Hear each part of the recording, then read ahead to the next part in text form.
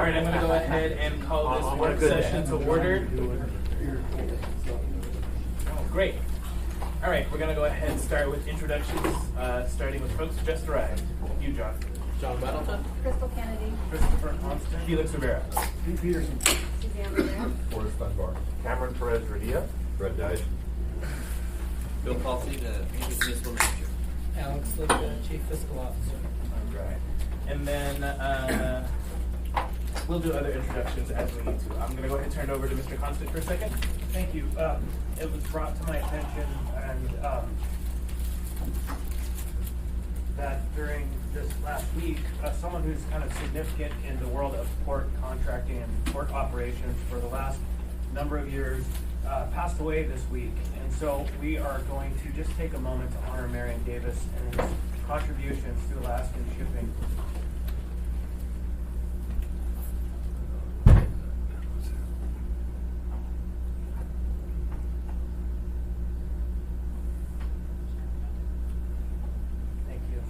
Thank you, Mr. Constant. All right, so the agenda for today, we have 2 hours. Excuse me a second. Could we talk? Number one, the acoustics in this room are terrible. So, and Yeah. we typically back here can only hear, I can only hear probably at the most 3/4. So if Sure. people would talk louder and more succinct, I would appreciate it. Absolutely, thank you. Thank And then if we could try to get the mics up and running too. If someone could do that, please. All right, so until then, we'll go ahead and use our voices. So we have 2 hours for today, and let me just run through the agenda. We don't have to use the entire 2 hours. So Mr. Falsey is going to do a quick presentation. He has just 15 minutes or so. Going to answer a lot of the questions that we had from the last meeting. Then I'm going to turn it over to our consultants. Then I want to turn it over to anyone in the audience who wants to present. I know we got an updated letter from the port users group, and then an open discussion from the assembly. And I really want to hone in on if we're ready to vote tomorrow on this. Okay, I'll turn it over to you, Mr. Falsey. All right, thank you, Mr. Chair. We had some loose end questions from the last meeting. We wanted to do our best to mop up some of those. In the last week, we met at great length on last Friday, talking with some of the users about some of the alternate suggestions. So, real briefly, we're all here gathered again to talk about this memorandum, which would approve the recommendation of award to Pacific Pile and Marine for the Petroleum Cement Terminal. The amount of $42 million is now set for action tomorrow night. Well, last we met, we spent a very long time talking about the port, the problem, the plan, the money, the bid, the questions, the alternatives, the recommendations. I'm not going to rehash most of that, but I do want to give you a brief update on something related to the money, something related to the bid, and some bit more on the alternatives. So on the money side, last time we told you that the current plan is to break the Petroleum Cement Terminal into 2 construction seasons.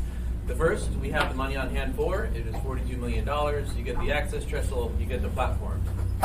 The then plan would then be to come in a second season to finish the rest, all of the mooring and the breasting dolphins, the petroleum piping, hose tower, the final cathodic protection system, but that we are $100 million short for that. So one of the questions that came up over the course of last week was, is that a $100 million bite?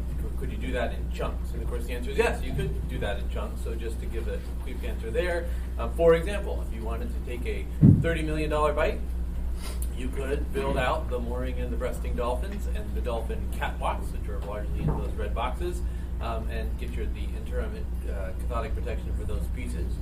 Or alternatively, if you had $60 million, you could start there and then add the final cathodic protection system, the fendering system that goes in front of the platform, electrical service, safety rails, smart hooks and bollards, and that's about $60 million, which leaves $40 million for the rest of the things that would go on top of the platform, various hoses, various pipes, whatnot, the hose tower, but those can be mixed and matched. So the upshot of this is just to say, yes, that was a perceptive question. It isn't as though you would need $100 million to continue the program. You could do it in bite-sized chunks. So as we told you last time, as we have been chasing these federal grants and hope to hear more by year's end, it is entirely possible that we would have enough to make a material additional step. And on the money front, there is probably no scenario which we would get absolutely stuck. If we ever got to the point where we just really had to come to a negotiated tariff with everyone that everybody agreed was going to be palatable, there should be a way to do that. And we talked about how last time if we blended the whole project, a relatively palatable, cargo tariff generates a sufficient amount of money to get this portion of the project finished. Okay, that was a quick update on some money issues. An update on the bid. This one's even more quick. Told you last time that we had to have notice to proceed by August 1st, which is what was driving the current timeline. We heard some chatter that maybe that was not correct, but I want to confirm that is correct. So this is what we got from Pacific Pile and Marine. They need to be able to put the order in for the pipe on August 1st. And I think we have Andy from Pacific Pile and Marine here. You can tell me if that's true. That's true. It's true. Okay, so if there are any questions about the procurement timeline, Andy is here to answer them for us. Okay, that was really rapid. And then last to the alternatives. Yeah, Mr. Dyson.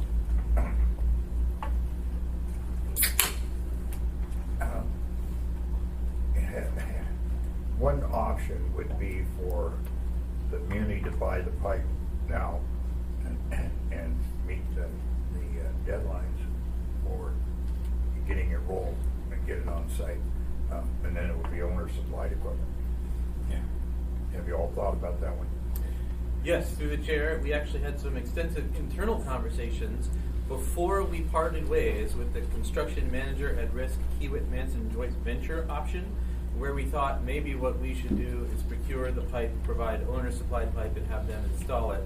Generally, the municipality does not like to provide owner-supplied material because we can get into all sorts of quibbles with the contractor about something goes awry, is it because they broke it or because we gave them something that was broken. So the answer to my question is yes. We thought about it. We don't like it. We don't have a great place to store all that stuff. We don't really want to be in charge of handling it or providing it. One more, if I may follow up. At what point in the part is on the plan and the pieces, and if you run out of money, at what point in that process is that liable to trigger the increase in the tariffs? There's no moment where we absolutely have to increase the tariffs. There would come some conversation if after, 4 years we have been high-centered and we just think we should finish this. There's going to be some natural point at which we go, we have explored all other options, let's put this thing into service and let's have some tariff conversation. But there is nothing that ever forces our hand. If we wanted to say we will build it only with free money, we could build it as far as we've got it and wait for our current facility to fall into the water before we raise tariff. Thank you, Mr. Chair. Thank you, Mr. Dyson. Go Okay. ahead, Mr. Schultz. And I promise this is going to be a lot shorter than last time. So in alternatives, there's a lingering question about the A2A project. We had a long conversation on Friday about the POL1 repair or rebuild in place alternative, and then a few more discussions, points that got put into the mix on deductive alternatives or other PCT reductions themselves. So moving to those very quickly. So we had a question last time about the Alaska to Alberta Railway project. Just to give you 2 slides, it is a monumental undertaking. The idea conceptually is to take a rail line from Edmonton or Fort McMurray all the way to Anchorage. The bullet points here are it's about a 2,000-mile project involving 1,500 miles of new track and 500 miles of upgraded existing Alaska Railroad track. They're estimating the cost to be about $13 billion now. I don't believe they have that money on hand, but I won't swear to that because I'm not directly involved. It is supposed to carry to Alaska and Canadian Alaska Resources to Tidewater, which has been, I think, sort of purposefully a bit vague as to whether that means Point McKenzie or us. But it potentially could be an opportunity for us, but there aren't really any hard timelines yet. So all of the published project milestones are, you are here with no promised dates into the future. I think the upshot for us is, if it happens, it could be actually very helpful to the port. We might get some additional revenues as we're exporting things if it comes to us. But there's certainly not a sense that we can yet put it in the bank and that it is not on a timeline that really competes with our needs right now. Thank you, Mr. Dyson. My memory is that a railroad could not begin to substitute the cargo carrying capacity that ships coming into our port do. It's not a viable option to having a functioning port, correct? That is certainly our understanding, that right now the cargo ships are up, they offload onto the trucks, that putting them onto a rail would be logistically very problematic and very significantly more expensive. We believe that to be the case. I can't speak that directly other than through, there is a McDowell study, and we refreshed a McDowell paper that attempts to put some cost estimate that, and the upshot was it was more expensive. I don't remember as I sit here now what the final. Thank you, Mr. Chair. Thank you, Mr. Dyson. Just let the record reflect that Ms. Salvatore has joined us. Go ahead, Mr. Paul. Okay, I'm rounding the corner and heading for home. Petroleum 1 repair or rebuild in place. The last time I put this picture up on the board, and I was later told that I erroneously showed building 140 feet in front of the platform. I didn't have any actual information about what the suggestion consists of, so we'll make a smaller rectangle for this time. There's some smaller idea to put either a platform in front of POL1 or actually cut off the nose of POL1 and put a platform there. At this point, I will look to Jeff Poole to be riding shotgun here because, as folks know, I was actually out of town all last week, so got maybe every third word on the 2.5-hour conference call. But here we go. POL1 repair in place options PCT. Yeah, Jeff Poole with Jacobs Engineering. So we had a good meeting yesterday, Friday afternoon, with some of the users and Rose Sturzelewski. Got some better understanding of what this idea might include. What we would need to do to advance this is what we call a 15% concept, which is some engineering sketches covered with lots and lots of assumptions and some kind of a cost estimate. But one of the things that in our conversation that we wrestled with was because of the extent of the repairs to the existing structure, we may trigger the need to meet the current code. Anything more than about 50% modification to something requires you to meet the current code. And even at the lowest current code, which is IBC, the forces that the structure would be designed for is 3.5 times what the original structure was designed for. So you rapidly reach the point where you're going to end up just replacing, not repairing that existing structure. So that was one challenge that we need to run to ground. And we think there's general agreement about that as we talk through, that if you start to repair the POL1 in a significant way, the code is going to basically make you upgrade it to the point where you're nearly building the PCT there rather than the POL1.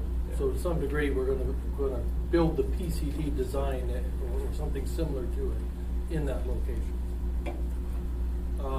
There will be a disruption to ABI cement deliveries, and so the economic analysis of the two options between PCT and this option, we have to factor in somewhere around a $2.5 million cost to ABI, which effectively gets passed on to the consumer. So that's a consumer impact that we need to be sensitive to. There's two different variables here, whether we push the dock face out, as Bill had mentioned. We trigger USACE concerns about maintenance dredging, and in coordination with Matson with their shipping operations as they use Terminal 1. Next slide for bullet. And then if we don't push the dock face out, eventually when we replace Terminal 1, if the new wharf face is where it's planned to be, 140 feet out, we would have to add 140 feet to this dock to make it match up. So we have to look at the legacy planning in terms of the final T1 configuration to really understand how this would work and what the ultimate cost would be going down this road.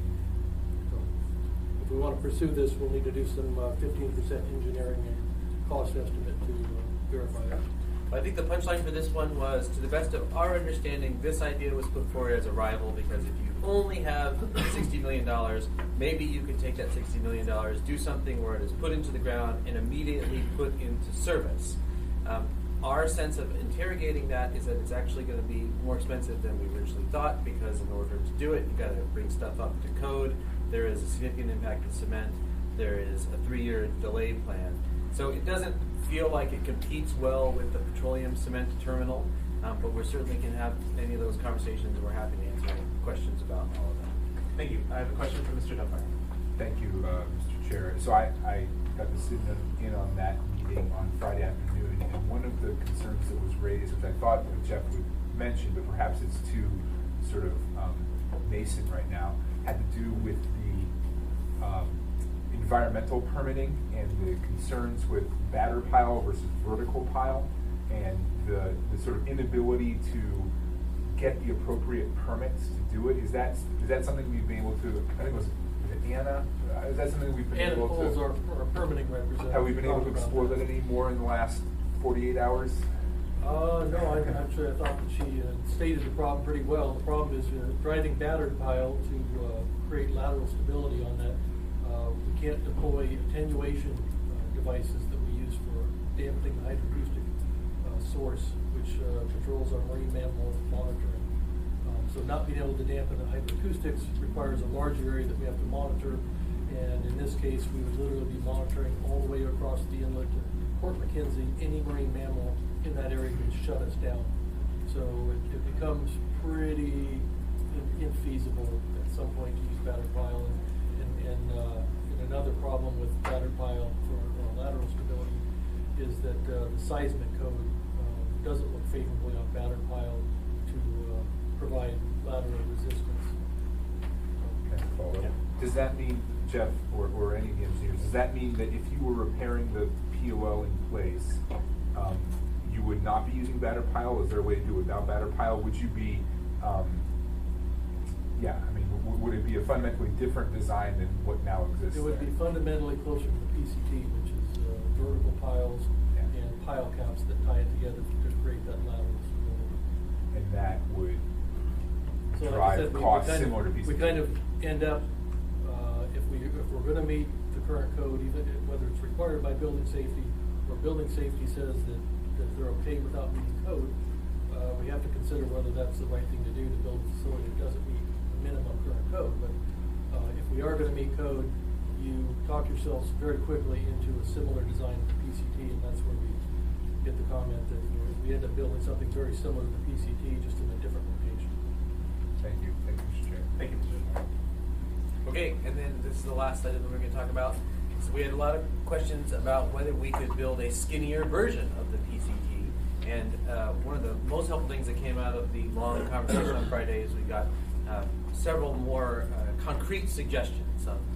I think all of them were not new to us. They're things that have been considered in the programs before, but are new to the conversation. So I think we have 5 or 6 that Jeff and I will talk through here.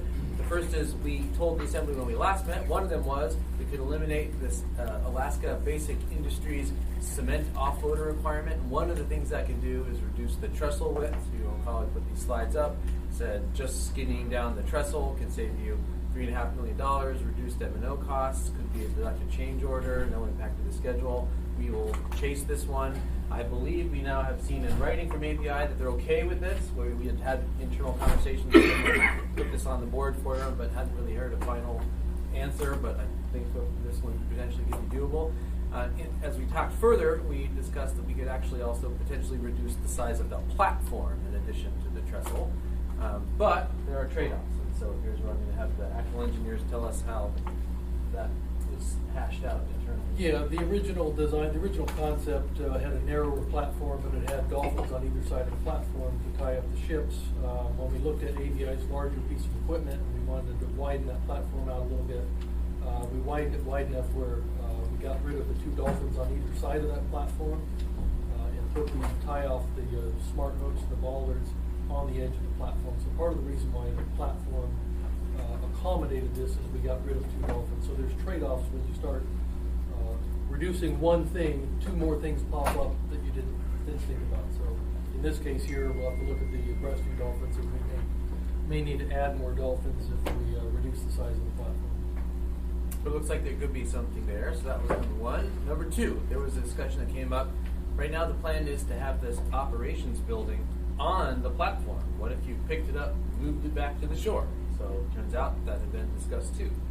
Yeah, that's simply, it would reduce the platform area significantly, which would be great. It's in its current location based on NRC, who does the dock watch for unloading fuels. They need visual observation of what's going on. So to move it back to the shoreline would require us to put in remote cameras and things like that. And then if they're in the ops building on the shoreline and there's a problem, they've got to run 300 feet out to the edge of the dock to make any kind of a change. So it becomes kind of problematic if we move it back to the shoreline, but it absolutely would reduce the platform area quite a bit. So for all these, I think the punchline is going to be a lot of these fell out of the mix because of reasons why Jeff's going to be able to give us the background.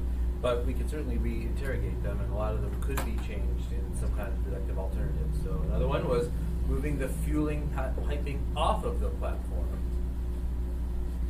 Same thing. It's the we could reduce the platform, which is on the north side. We've got fuel piping running across the top of the platform. We could pull the edge back and cantilever some supports out to hold that piping, which reduces the overall platform size. But again, there's a dolphin on the north side that we eliminated when we sized that platform to capture that. Yes, Mr. Dyson. For the benefit of many of the people in the room, when you use maritime terms like dolphins and breast, anyways, take a moment and explain them, will you? Okay, dolphin is a standalone structure out in the water that the ships tie their lines off to. And there's breasting dolphins, which are right along the face of the wharf, and they extend out from the wharf. And then there's mooring dolphins, which are set back about 20 feet to give them a different angle to tie off to. So there's two types of dolphins, breasting and mooring dolphins, but they essentially do the exact same thing. Thank you, Mr. Chair. Thank you. Okay, I think we had 6 of these, so the number 4, maybe we could just change the shape of the platform, cut some sides down. Yep, same thing, we started off with what Ro had mentioned as an upside down wedding cake type of the shape of the platform where it was longer in front and then it kind of stair stepped back towards the trestle. The reason we went to a different shape as we went through the design is when you look at the loads on the fender system, if a ship came in and bumped a fender that's on one edge of the platform, it creates rotation in that platform, and a rectangular shape resists that rotation better than a minimized shape. So again, it has to do with a very complex mooring analysis and the forces that are attracted by that platform, but we can take another look at that. Okay, number 5. Simply designed petroleum vessel. So, sorry, jumped too fast. This is sometimes called the eliminate the 2 million ways. And 2 million ways is an actual boat, an actual vessel, giant fuel vessel that has come a few times. So we looked at the design calculations when we heard this idea. It's a very reasonable suggestion. The Dolphin design is actually controlled by ice forces, not the size of the ship. The platform is controlled by seismic forces, not the size of the ship. If we went to a smaller petroleum vessel design vessel, it would reduce the loads on the shock absorber component of the fender system, and the smart hooks and bollards would not have to be strong enough to resist a larger ship. So we may be able to downsize the shock absorbers in the smart hooks, but they're relatively minor component. Mr. Dyson. Yeah, and I assume also will eliminate some depth dredging. Dredging is a different issue, and we can talk about reducing the But dredge depth. that big boat draws more water than the rest of the tankers we've had in here, doesn't it? You got me on that. I can't speak to the draft of this vessel versus the next biggest petroleum vessel. I would think intuitively, probably yes. Yeah, thank you. Thank you. Mr. Peterson. Thank you, Mr. Chairman. And so if we reduce the size of the ship, does that increase the cost of the fuel by a significant amount? Probably not in the near term, although the real experts here for this are probably the industry folks. But I should have set this up a little better by saying the 2 million ways has come and visited us at the port of Alaska a few times, but not very often, and not recently. I don't think it came last year or this year at all.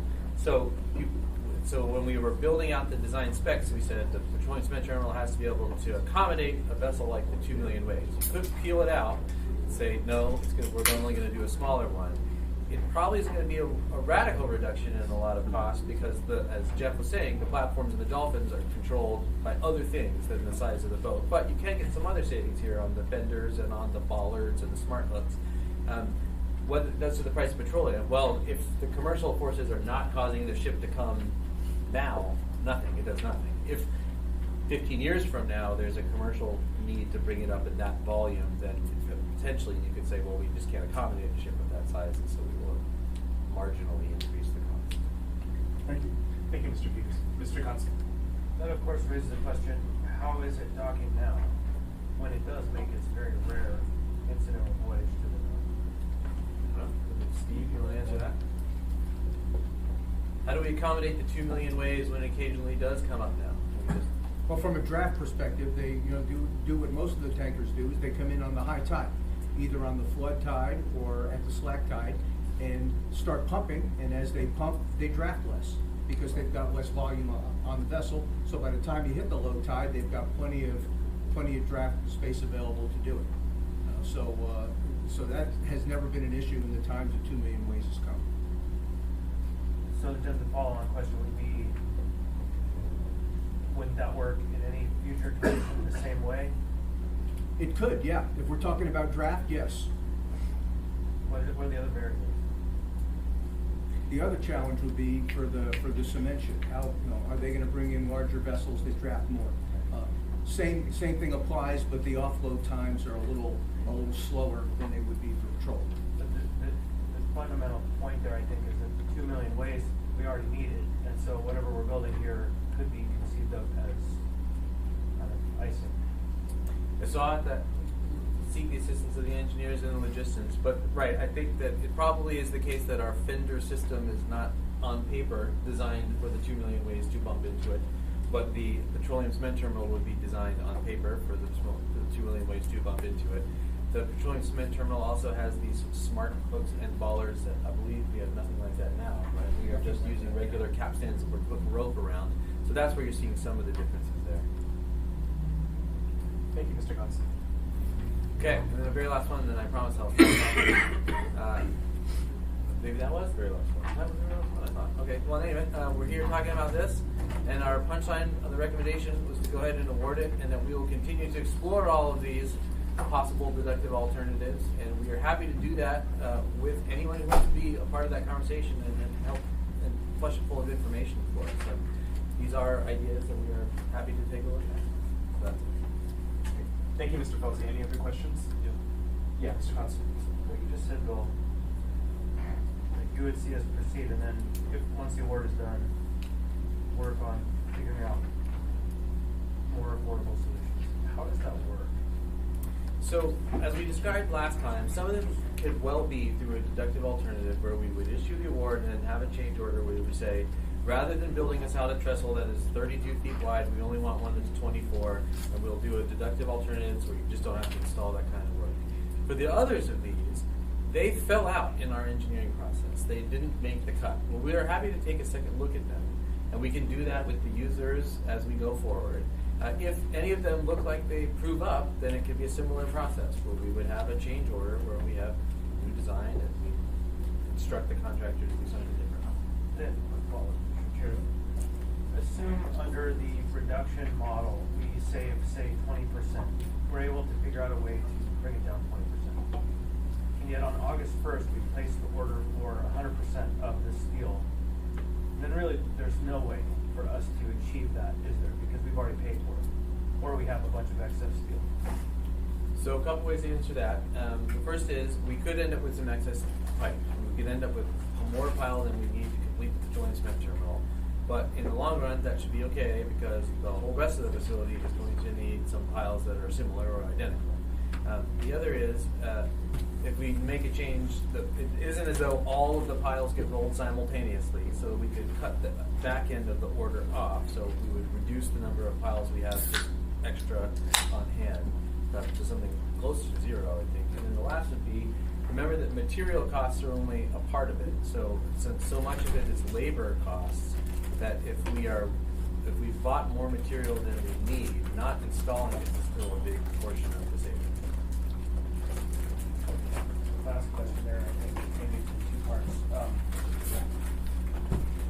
If we can, after we've decided and started moving that we want to reduce the footprint, would it be wise to contemplate that on the front end instead of the back end? That's one question. And then just as a matter of note, and I'm not sure what's happened to this, but with the sheet pile that we had for the previous project, it was brought to my attention that we were selling the sheet pile for like the excess sheet pile for less than a dime of what it was worth, like 10% or less of what its value was, even though in the marketplace there were some people saying at least that there were ways it could be either used or sold that wouldn't cause a 90% loss of value to the community. Or if we go through this process and find ourselves with excess deals, then find ourselves selling off valuable material at a discount because we don't have any other way to use it. So, through the chair, I'll answer the last one first. So, when we got done with that last project, all the sheet pile got basically written off to zero back in 2013, I think it was. What we have sold recently, we have sold at market rates. We have been reluctant to sell until we got through this process. I think the only lot that we did sell here recently was to the city of Nome, which really needed it, and we sold it at some slight discount. I think if it was $60 or whatever, we sold it for $55. But any sheet pile that we sell now will only be additive to our books since we wrote it all off 6 years ago. Bill, the second part of that question. You may have to remind me what the second part of the question was. It's this idea that if we can order the pile and then at the end take some off because it hasn't been fabricated, doesn't that provide us with some window moving forward in which we can say, let us think about this for the next month while we come to the final resolution of that question, because it could save us money and time. Well, I think at that point I have to say, Angie tells me he needs to put in the order on August 1st, and that's the best I have for him. Thank you, Mr. Huntston. Ms. Salatella. Thank you, Mr. Chair. So we have had some discussion, and if you've repeated this, because I was like, I can get my answer offline, just tell me, about reducing the thickness of the steel for the piles, but keeping the diameter that we've proposed in the current design. Would that alleviate our need for equipment modifications? And then similarly, if we reduce the thickness, would that, assuming everything else went forward, would that reduce the life expectancy of the piles? And lastly, with such a modification of the design, like the thinner steel, would that still require an order deadline of August 1st? I'll let Jeff answer that one. Jeff Moore, Jacobs Engineering. If we change the pile wall thickness on the PCT, we've effectively invalidated the design. We spent $6.5 million doing it. So we can redesign the whole thing Why, please? because it's the entire structural system. It's the heart of the structural system is the pile and the superstructure that holds it together. To change the pile wall thickness completely changes the design parameters. So it invalidates the design. We could consider that on future projects, but if we consider it on the PCT, we're going back to square one. Sure, Mr. Wells.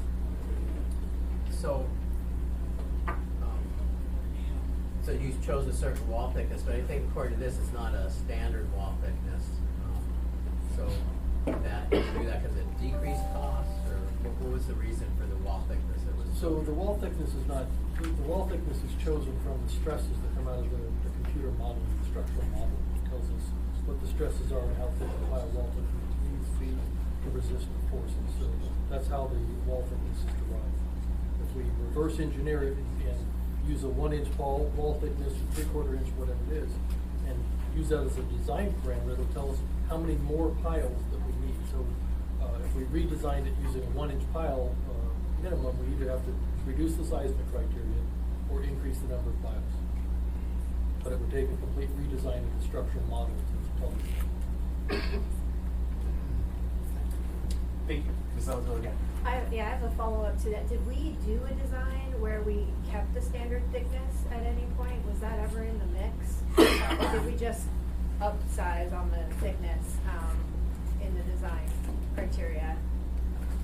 I mean, have we done that work somewhere along the way? I know there have been several iterations of this. A standard thickness, I don't know if there's a standard thickness, but I think to answer the intent of the question is, no, we didn't run two different models, one on piles that could be rolled in the mill versus piles that have to be fabricated on a flat plate. That's the difference, because of the effort that it takes to do a complete design. Ran the stress analysis and backed into what the wall thickness needed to be to meet the requirements. And since I'm not an engineer, which version of the pile are we talking about here, the rolled or the flat? Flat plate. So Flat right plate. now,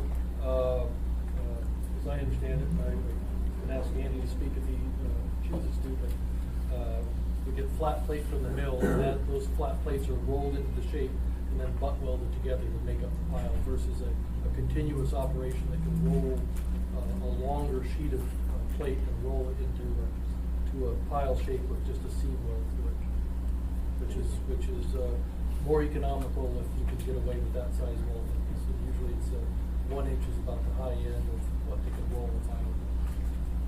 Well, let me add, these piles are a combination. some of the thicknesses as it's deeper in the ground or thinner. Those are, I guess you would call standard roll pile, and then the plate piles are as they get up further into the structure, and those are the plates that Jeff was talking about that are welded together.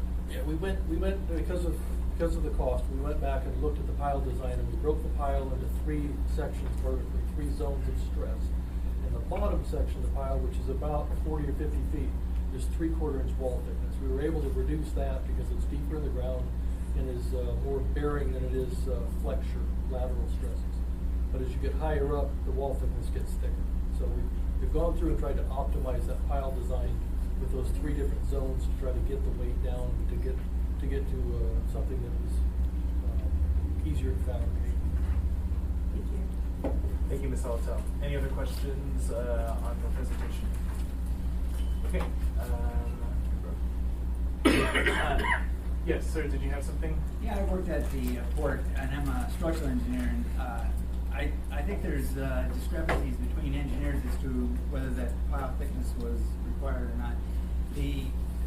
Like Jeff said, they originally started with a continuous section because they believed that was cheaper. I tried more than a year ago to get them to give us thicknesses all the way up, based on the corrosion, whether it had coating, whether it had cathodic protection, and have a table of sorts. And ultimately, we were able to get them to go to 3, but there can be more. And the design, as a structural engineer, the design can be the current design is more than 3 times what the existing piles are, and more than twice the diameter of the existing piles that have been out there 50, 60 years. Now, a lot of this design is based on liquefaction of the soils, and so there's a lot of discrepancy between engineers as to what those forces are. But suffice it to say that as an engineer, yes, you can look at that and get much thinner piles and meet code and meet the criteria.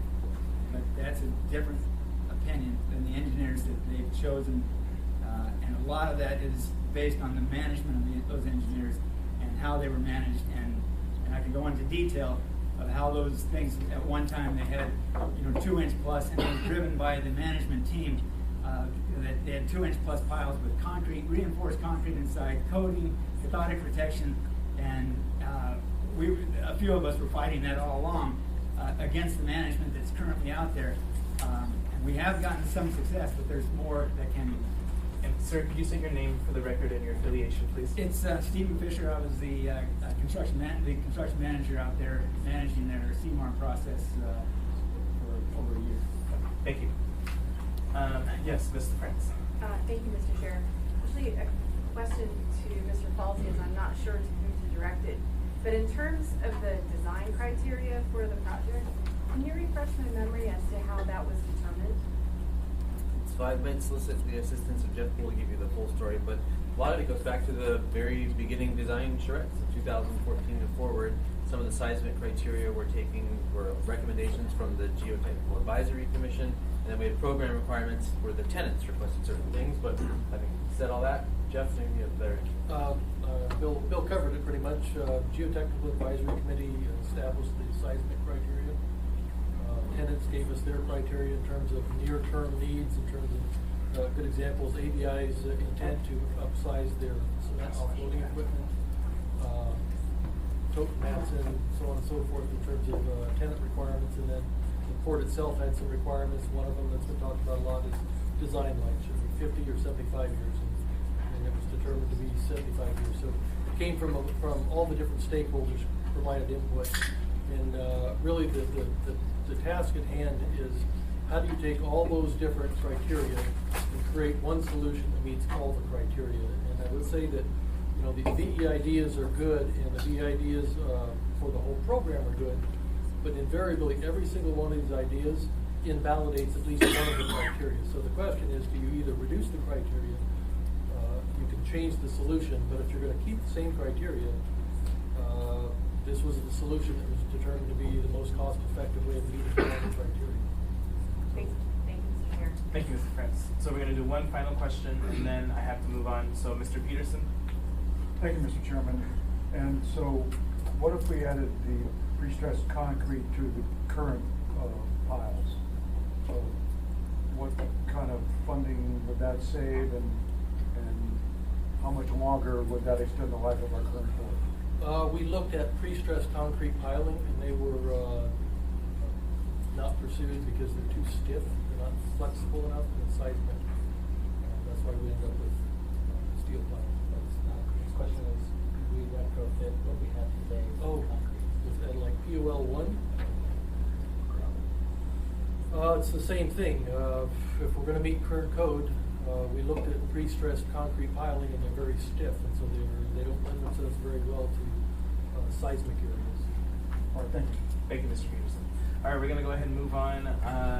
Thank you, Mr. Falsey. I would like, it's a very limited conversation so far. We've had one private individual, so to speak. Yep. I would ask to make it very quick, because everything that's been discussed, I would like to have just a few minutes. Thank you, sir. But after, as I stated at the beginning of the meeting, after I get the presentation from our consultants, which I know many of us have been eagerly awaiting, then I will open it up to the port users group and others to comment. So I'm is there going to be a right list on priority of who gets to speak or whatever? How we're going to see. I don't have a list right now. I don't know how many people want to speak. Okay. So we're going to do the right consultants first. So go ahead, join us at the table, please.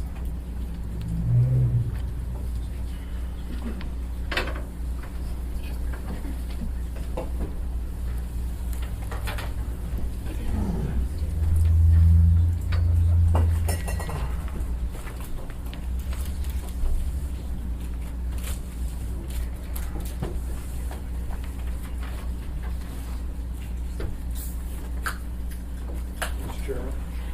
Yes. I'm Mark Baggage with Northern Compass Group. Rose Sturgielewski with Ascent. We are hopeful that you received the somewhat lengthy but hopefully detailed document of some of the work that Rose's been doing. But I want to open it, and then I'll let Rose go through, and we'll really want to get questions from you and from the discussion, because I know it was tight last time to have that conversation. The report is pretty extensive, but it leaves on the very end 3 alternatives that we think, or options that you have. One is obviously what you have in front of you right this moment. 2 is a modified approach, which you heard the administration lay out some of those that were there, as well as what we have in the report. Or the 3rd, which is don't accept the bid and move on. Those are kind of the 3 options. I do want to say this in a broad sense, and Mr. Dyson, you asked a question, and then I think Mr. Constant added another question, which made me think about this, and very important part of this. There is opportunity, we believe, that you can modify this design and save money, keep it on schedule, and get where you need to go. Your dilemma is this August 1 date. So your question of purchasing the equipment or the pipe, have the city order it, then the discussion came up of what happens on the back end. Can you peel it off, shorten the order? That's a great question. I don't know if really anyone has a definitive answer on that. But what could possibly happen is if you redesign this or have them modify a few things, some of these don't require a lot. You saw it up here on the short list here. You could end up with extra pipe that you have paid for. The question is, what happens? Does the contractor get a credit? Do you buy it back? What happens to that? That is a fundamental question, because that's a part of it. It's like dominoes. You don't have more pipe, you have less labor, you have less cost, you actually have less time to construct. That all is a domino approach. So as you make this decision, it's going to be very important of how that plays into it. If you think there's opportunities to save money in the design that doesn't cause a whole redesign, as Jeff has laid out. We think there are options. We've heard a lot of them. Roe has done more hours than I can imagine, looking at every element of this as possible, talking to all kinds of folks in the credentials or the reports that have been done and a variety of things. The thing that you have to keep in mind, every dime you save has a multiplier effect to the overall cost. If you don't change anything at this stage, you're still going to be stuck with this larger cost. You have to constantly be thinking about where you can. Is that better? You have to think of every possible way to save dollars in this port construction now, and and have it moving forward. So that's what we've tried to present to you. One of the challenges we have right now is because the PCT was really not part of our full scope of work that you wanted us to do, but we saw it as a logjam to the west. This bigger issue is how do you take this $1.9 billion port down to a functional, rational number? You've heard from the administration a couple of important parts. Charrettes are great, I participate in them, but they're dreams. There's not cost limitations usually in charrettes. You just throw out what you think, what's important, and then the guys go back and do whatever. So you have to be careful that that's not the parameter that you work on. Because you just heard from ABI via the administration that they don't need the big equipment. They can operate with less. Therefore, that has a cost impact that lowers the cost. So keep that in perspective as you're thinking about this. That's what we've tried to do in the presentation that we put together, at least from this piece of it. I will say this is not the final product that you're going to get in the sense of the other things that you've asked us to do. There is so much more to be done. But getting this off the table in some form or another is critical. But also recognizing, as laid out by the administration, there are several things here.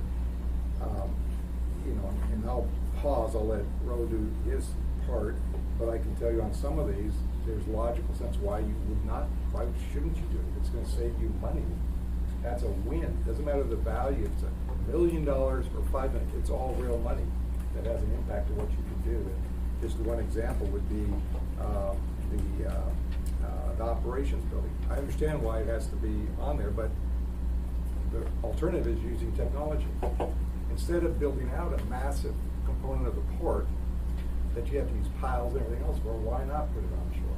Where you use technology to its greatest advantage and lower the overall cost. Yes, you're not sitting on the dock, we're using technology instead. That makes sense. But again, our objective was to show you what we think the lay of the land is. The meetings that Rose had, we'll try to keep away from all the PO. The other pieces, we tried to focus on the PCT, but there is a domino effect. And your point is an interesting one of, what happens, because if you make a design change, but you now have 45 or I think it's 45 miles, but you only need 36, what happens? And the idea of reusing them is great, but who pays for it and when? So I'll just pause there and I'll turn it to Ro and we can. Thank you. Members of the Assembly, I presented a memo over the weekend that talked about a lot of tangents, and I was initially going to primarily only discuss the value engineering component, but there were a number of things that were in the discussion previously today that I didn't comment on that I thought were relevant, so I'm going to go off script and present a little bit of a wider perspective. So there's a fundamental difference between the users and the administration on how to proceed with the first part of the project. And we basically started out with a program that was $485 million. We went to $1.9 billion.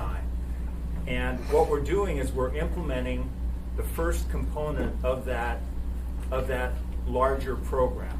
The administration believes that I'm speaking for them, but they believe it does make sense. The users believe that there's other solutions that could be significantly cheaper than what was presented in the current PCT in front of you.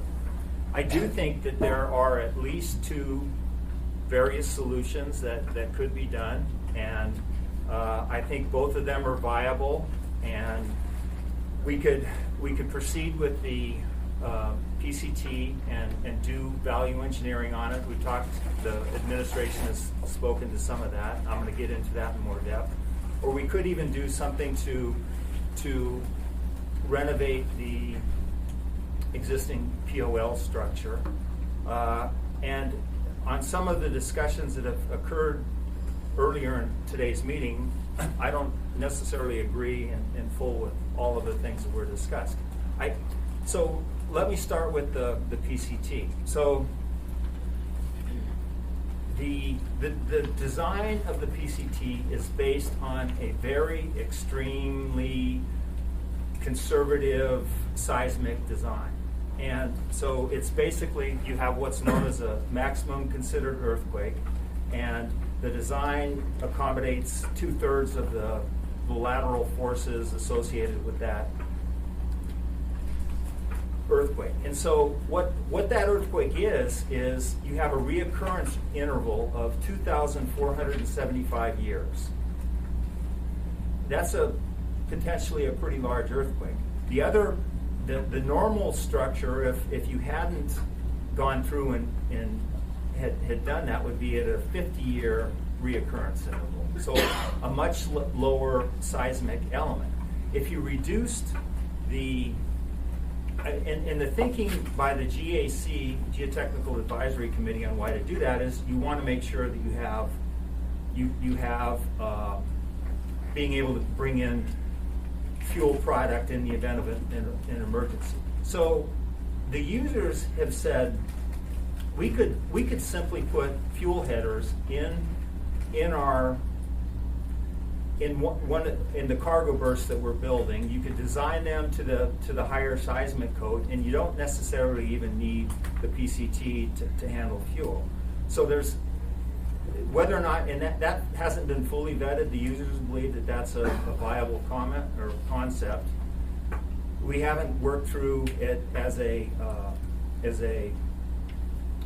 group, but I do believe that that if you looked at the seismic resiliency, does that facility realistically need to be designed to a 2,475-year reoccurrence earthquake, or could you size it down? Could you reduce the size of the platform because of the reduction in size of the cement loader? Could you reduce that the operations building? The operations building is a $3 million. Just the building itself is a $3 million addition that's currently in the project budget. Do you need that? If you want to be able to provide the ability to watch that, but is that solution something that you really need there? The fuel users don't believe that it is. I'm having more discussions with some of the people that actually provide the dock watch during transfers to find out what their requirements are. But if you could shrink that down significantly or use technology, as Mark had indicated, you could potentially save money. Could you reduce the 2,800 square feet currently that dock has where piping is on? And Jeff did speak to that, and there could be reasons that a rectangular structure provides more resistance than another structure, but are there options there? And I really do, if the PCT is moving forward, I hope that there would be a real diligent effort on behalf of the administration to lower the cost, because one of the primary things that I think is just absolutely critical in all of this is we need alignment between the user group and the port team on how we go forward. And by working together in a collaborative fashion to come up with something that would be acceptable to the users and the administration, I believe that there is a solution there that could occur. And what I'm interested in is how are we going to pay for all of this? And maybe we're able to pay with limited tariffs for the PCT, but we have another $1 billion. I'm hoping we can do this program for under $1 billion, but we have a long way to go. And if we're adversarial at this point, it's going to make it really difficult to get funding from ADA and other sources. And by coming together at this point on a technical solution, there would be, I think there's the possibility. So the other thing that was discussed earlier was related to the repair of POL1, and I'd like to take exception to some of the comments that were made. I believe it is not a strict must requirement related to how you would renovate or even repair and rebuild in place that structure. It's prudent to follow code, but it is not necessarily a strict and absolute requirement that structure, if rebuilt in place, that you would follow code. That's my opinion. I've had discussions with Sharon prior to this, and I believe I'm stating it factually accurate. And I'm not saying that we shouldn't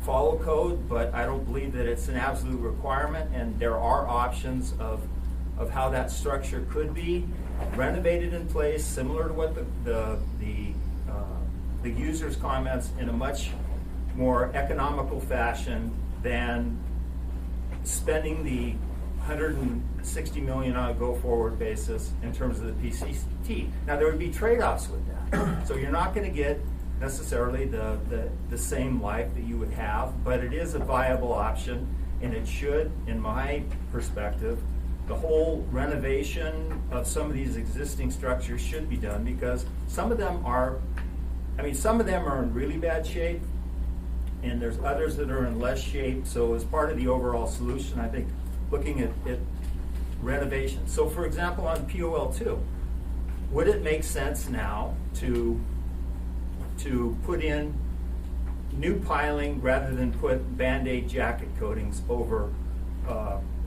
as currently contemplated?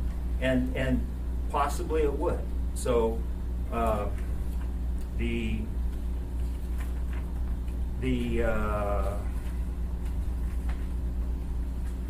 so I've laid out a lot of elements in my email, and I think I've hit most of the points I wanted to address in this discussion. Thank you. Thank you. Any questions from assembly members or comments on this? Yes, Mr. Francis. Thank you, Mr. Chair. So the time frame of August 1st, what's your recommendation what we do with that? We both have thoughts on,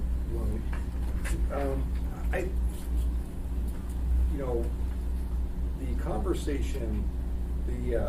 conversation with the contractor needs to happen yesterday on this specific issue. The reason the city is not, they're worried that it's not awarded yet. Well, there's only one bidder. So you've got to have this conversation. So if you decide to move forward, but you think there's opportunities to make changes, this is your dilemma. So what I would be doing is I'd say to the contractor, we're going to move forward, but you just saw, I'll use the administration's list as an example, a list that we're considering. And we need to know between the engineer, Jeff, and his team, as quickly as possible, one question: how many less piles will you need, approximately? Because that will then trigger the opportunity then for the contractor to go to their mills and say, okay, we don't need 45, we need 40 to get into the cycle. But if you wait till after first, right now, and you order the 45, then you have all this redesign, you need 5 less, then you got a dilemma. What you paid for? The contractor's not going to give you those for free. Someone will pay for those. So the question is, what do you do? And it may have a ripple effect of what you do on your less remaining design. But what I would be saying is, if we award this contract, here are the several things. And some of these are very, I understand like moving the operations, but then moving the operations immediately reduces the amount of square footage you need on that dock. So and that's not complicated. It's a question, do you use technology, which can't be, it has to be cheaper than putting a whole building onto a dock that you have to create a superstructure to hold it up. The logic is there. So that's what I would, if I was in this work session as one of you after this meeting, you all decided in the discussion that, yeah, it looks like we want some modifications, you got to direct the administration to do that immediately. Because as quickly as you can give that information to the contractor, the contractor can go to his mill and say, here's what we think.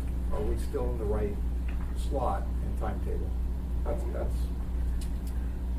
because you got some good, administration's laid out some things. There's choices you have to make. We've laid out some things. And you gotta, like I said, it's like a domino. What you do now will have an impact.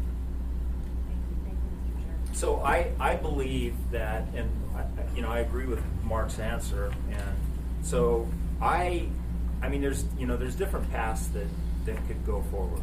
So I believe that having PPM the design team, the administration, I would participate in it, and that we did an aggressive review of the existing, and this is particularly if the members are leaning about award, that we go through and do an aggressive look at what we could do to reduce the scope of the PCT over the next week, and prior to the August 1st date, that we put all the brain power that's there, and including other smart people in this room. I'm sure Mr. Swank and members of the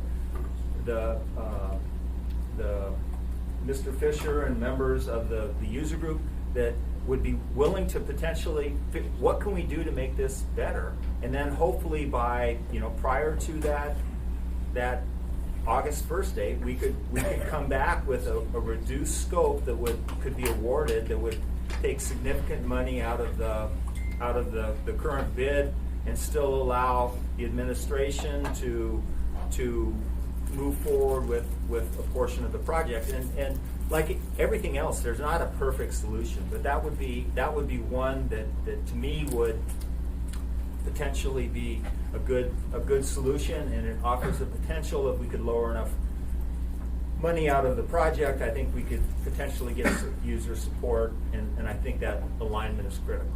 And with one focus, always not forgetting that you're trying to, the piles are the issue, right? Because some other modifications can be dealt with later. So whatever those conversations are, you're trying to remember, are we reducing piles? If the answer is yes, then that gives you the opportunity on August 1st.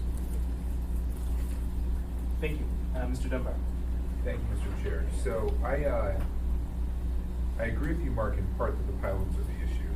I think permitting is also a really big issue. And I'm curious about so value engineering, presumably if we do some of these you're talking about, and we move the office building, you're not fundamentally changing the nature of the facility. And so you probably wouldn't have to go back and permitting again. I am operating under the assumption that the changes we would make would not require a permit modification. And typically, if you're reducing the amount of in-water pile driving, you're good. So as long as you don't start doing batter piling or other things like that. But, well, two things there. One, if you make the more fundamental change you're talking about, which is not just changing the number of piles, but going from a 2,000-year earthquake to a 50-year earthquake, that sounds like a much larger change to me. Would that necessitate, maybe people before we talk about too, some more fundamental redesign that would also create some more fundamental permitting changes?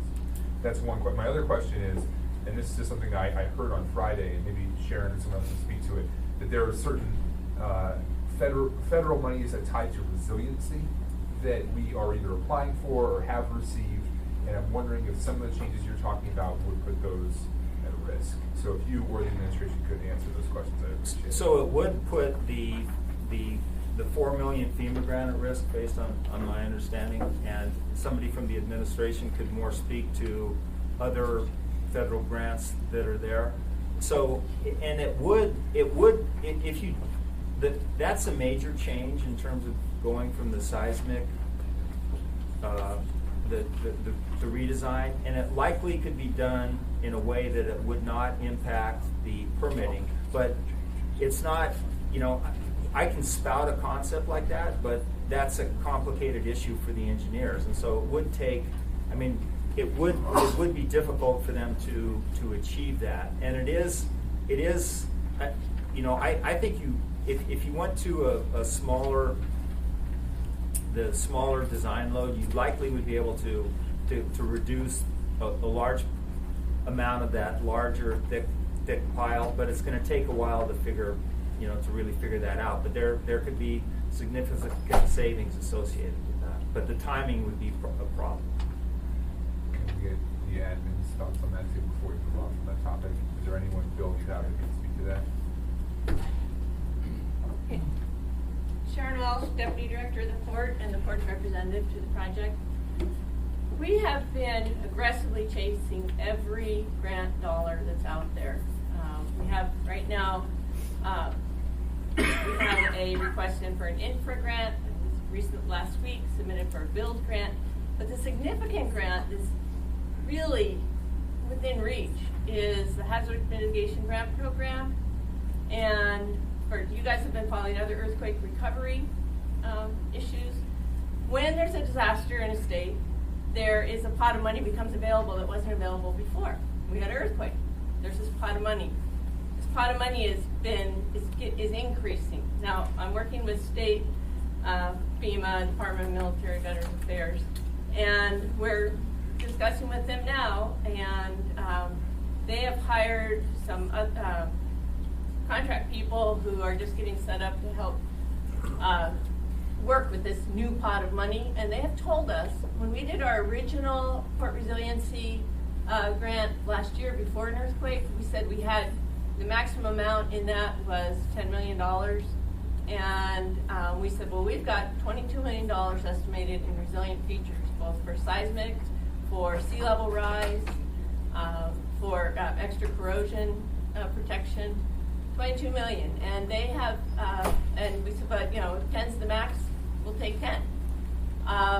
They've recently come back, and that there were some technical issues with that particular grant, but with this new pot of money, the state is seriously looking at the whole 22 million. And that is something that we work with through them, and if we can answer their questions, that's a very viable possibility, $22 million. Thank you.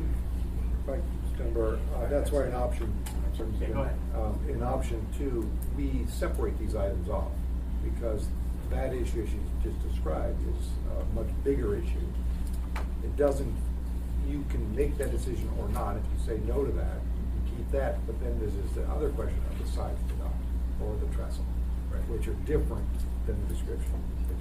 No, I just want to make sure. So yeah, I mean, to me, it's like two fundamentally different issues. Right, there's. If we are building to this 2,000-year earthquake, but we don't have to build this facility with the extra building on it or extra wide trestle, that to me is a very different issue that we're going to go back to the drawing board and make this a fundamentally less resilient structure regardless of its size. Correct. Right. Thank you, Mr. Dunbar. So I have Mr. Constant, Mr. Weddleton, and Ms. Salatel. Thanks. Just on that, there must be some standard between 2,750-year earthquake and 50-year earthquake. I don't know what that might be. I'm not the technical expert, but there's a lot of variation between those two. And so I imagine there's a 500-year, 1,000-year standard. Maybe there's a line there that we can figure out that's a little sweeter than such an extreme.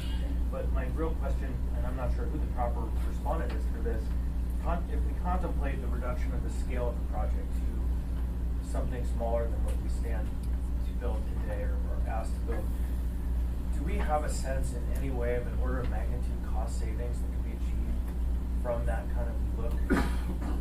Just in order of magnitude, I'm not looking nuts and bolts because I understand there's a redesign that might be required, but what could be saved if we reduce the scale by 30%? If we reduce the scale by 30%, just to pick a number, or something reasonable. By reasonable. 30%. I personally, and this goes back to how we got to where we are, unless we change the criteria. I think that we're going to have our time cutting $10 million off. But if we can cut $10 million, that's great. But what do you need $10 million? Like, isn't it 150 million or so, 140 that we're talking about that's remaining? So even 30% of that is much more substantial than 10 million. To be completely honest, I don't think that these things are going to pan out. You go through and you look at reducing the platform, but you have to add 2 dolphins back in. You go through that. We've spent, the design was supposed to take 1 year. We took 2 years on the design because the costs were just unacceptable. We spent a year and we hired a construction manager at risk to help us optimize the design. So unless we make significant changes in the design criteria, it is what it is. It's the most cost-effective solution to meet that criteria. So we have to sit down with the GAC who came up with the seismic criteria and understand that and figure out what we can back that down to. To be honest, I cannot give you an order of magnitude of what we might be able to save until we agree on what criteria we're going to waive and what we're not going to waive. I think the main important thing is that it's not dollar for dollar. 30% reduction isn't 30% the cost. Right. Because you still have basic items that have to be done, and frankly, the money's in the time. Time is money. Delay is your killer. We've had steel prices substantially increase in the last year with the tariffs that have happened with current federal administration. It's killed us on some of our ongoing maintenance projects. So delay is the biggest cost factor right now. Thank you, Mr. Johnston. Mr. Weddleton. So the comment that, the number of piles is the big decision, that's if you assume you're gonna build this PCT. If you say, well, maybe we just rebuild as best we can what we have, put in new piles or something, that's not at all. And that's not a totally ridiculous option, right? To rebuild what's there. Straight then. Yeah, and I didn't get into that as much as I could, but in the Friday discussion that we had, there was a lot of discussion about the suggestion about rebuilding in place. And I since that Friday meeting, I have gone back to the contracting community and talked to two different contractors, and both of them believe that we could get large crane, sufficiently large crane on the existing deck down at the POL1 where we could do replacement piling. Not only, basically what's there now, most of the piling are 24-inch. Some of the discussion we had Friday that it had to be 48-inch, but we could be put, we could go in and put, I believe, 48-inch piling, 1-inch thick, not necessarily 1 5/8 inches like some of the larger elements, but we could get out on the dock and do that. And there's, it could be that you put in a 90-foot section and then drive it and then put in another 90-foot section on top of that. But there's clearly ways that you could go back in and renovate the existing POL1, and that's been an important thing to me, is that we need to look at the solutions to extend the life of these different terminals and understand the cost trade-offs of that, and I don't believe that we've done that today. And we've done some work, but we haven't. It's been based upon, and you hear this consistently, is, well, the design criteria are X. Well, we need to step back and look at what those design criteria are. And if we have structures like T3 where the tote berth is, and that structure still has life, or even if we have structures like POL2, are there options other than full replacement? This gets into looking at the larger program, but I believe that there are. And to date, what has happened, and even on the PCT terminal, the design is not aligned with the plan of finance that is going to be here. And initially, the program was based upon an assumption that somebody else was going to pay for it, and we still have that basic assumption. The users they've stated they're willing to come to the table to have tariff increases, but we're still going to be looking at state and federal dollars. Those monies are going to come in over time. Like, Sharon has 5 different grants, and one of those will hit, 2 will hit, maybe 3 of them hit, but you don't have visibility of what they are, and they're going to take time with the plan of finance that we have. So the solutions that we come up with, they need to take into consideration that the funding is going to come in dribs and drabs over time, even if we start tariffs soon. So we need to integrate that into the design. And so, Assemblyman, your question is great, and I really think we need to integrate that potential for renovation of existing structures into our overall plan. Okay, so follow up on that. Can renovation of the existing structure be done in a way that makes it more seismically resilient and also take into account rising sea levels? PCT and all quarter districts. Let me just take what's there. Maybe, well, I don't know. Okay. So, and you asked 2 questions. They're good ones. So clearly, from a seismic resiliency, yes. From a rising, tidal elevation, it gets more complicated when you have differing structural heights. But I think it's very important right now what we have is all the parties pretty much agree that that we need to reevaluate what our overall program is. The difference is the municipality says, let's do that after we put the PCT in, and then we'll be willing to do that. The users are saying, no, let's do that now. But it does make sense. I mean, if you're going to put 20, 30, 40, $50 million into the POL structure, we need to make sure that whatever that solution is aligned with what that long-term solution is, because you don't want to spend 30 million or 40 million and then come up with some other concept. So it really, it just makes sense understanding what that big picture of the ultimate size looks before you start, if you start doing major renovation. Now, it does make sense from the PCT because of sequencing, because there really is benefit if we could move forward with the PCT from a sequencing perspective, because you get rid of the ABI cement ship, and how do you accommodate cement? And there would be, there's savings from that, so that clearly is an advantage. But I do believe you could accommodate seismic components and height raises in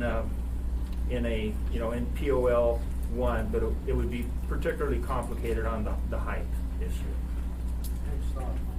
Briefly, yes. Okay, so in the years I've been on the assembly, I've heard board and seen at the court that the real issue there is that pilings are going bad and falling apart. But I have not, I've forgotten that we have a capacity issue. Like, we need to make it bigger because more stuff's coming in.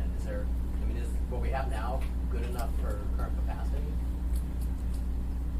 Well, Expected. so the existing dock structures, because of the failing in the piles, they're not as strong as they were back in '65, and so you used to be able to handle 400 pounds per square foot loading, and now you only can do 200 because so there's that. Then there's also the facet of, particularly let's say in the Matson berth, they have 38-foot cranes, and they want to go to 100-foot gauge. So there's a couple different capacity components that the renovation or rebuild will solve. Thank you. Thank you, Mr. Williams. Ms. Solotel. Thank you, Mr. Chair. It seems like part of the crux maybe isn't whether or not the first phase of the PCT goes forward, but it's this additional price tag of $100 million in the second phase, and we're not sure where the money's coming from. Is partly what I keep hearing, and I just want to kind of talk about that a little bit, because one of the things we talk about is user alignment for the ADA funding, but one of my concerns is if we lose our state grants, if they're swept, that would also have maybe a negative effect on our ADA funding, because we didn't use the money the state had already given us.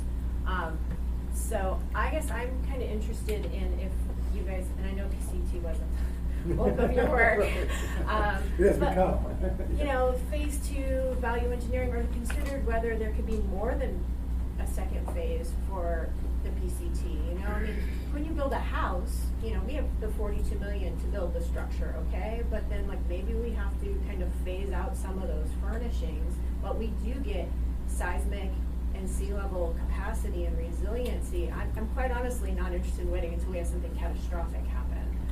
So could we talk a little bit about that? I'll give you, I think the administration has shown it in the original, first off, in the bid that was out, you had 4 options. Basically, you build one layer, then build another layer, so they already saw even in this phase, you could have 4 components. But they've shown, if I remember, you had 3 phases of the next phase, right? You could stretch it. And if I remember the numbers, I think it was 30 million, then 60 million, and the remaining 40, if I remember those numbers right. So there's ways you can phase the phase, if that's kind of the simplistic way of saying that. Here is, and I'll jump in there just to say those were the slides that we presented just before you got here. Right. So just that's you right. can break that second construction phase into at least 3 bite-sized chunks, 30, 30, and 40. Yeah. 30, and 40. Yeah. And so, the answer is yes. The important part of this is why we talk about it probably more than we probably should on this whole alignment issue. There's going to be differences in all of this, right? But you're trying to narrow it down, because at the end of the day, let's just say it's $1 billion project. It will be the single largest project actually moving forward. All the rest are literally pipe dreams. So this one actually moves forward. In order to do that, you got to have user alignment, you got to have city alignment, you got to have assembly alignment. Then beyond that, we have cities that benefit from this part that are not yet aligned with us, that we have to go get alignment. Because as you think about the pots, it could be anything from a bond, state, federal grant, tariffs, all of these are part of their mix. And right now, we can't even get alignment on this. It's gonna be difficult to get the alignment mix, despite the fact everyone is aligned that the port needs to be redone and repaired. Everyone's aligned on that. As soon as you start saying, here's how much, because as I said in one meeting we had was, when this was originally the concept was designed on this whole board, it was, tell us what you want. And oh, by the way, it's free money, you'll get it. Well, of course you're gonna design it to the highest standard possible, but then, money ain't there. And the money isn't gonna be there.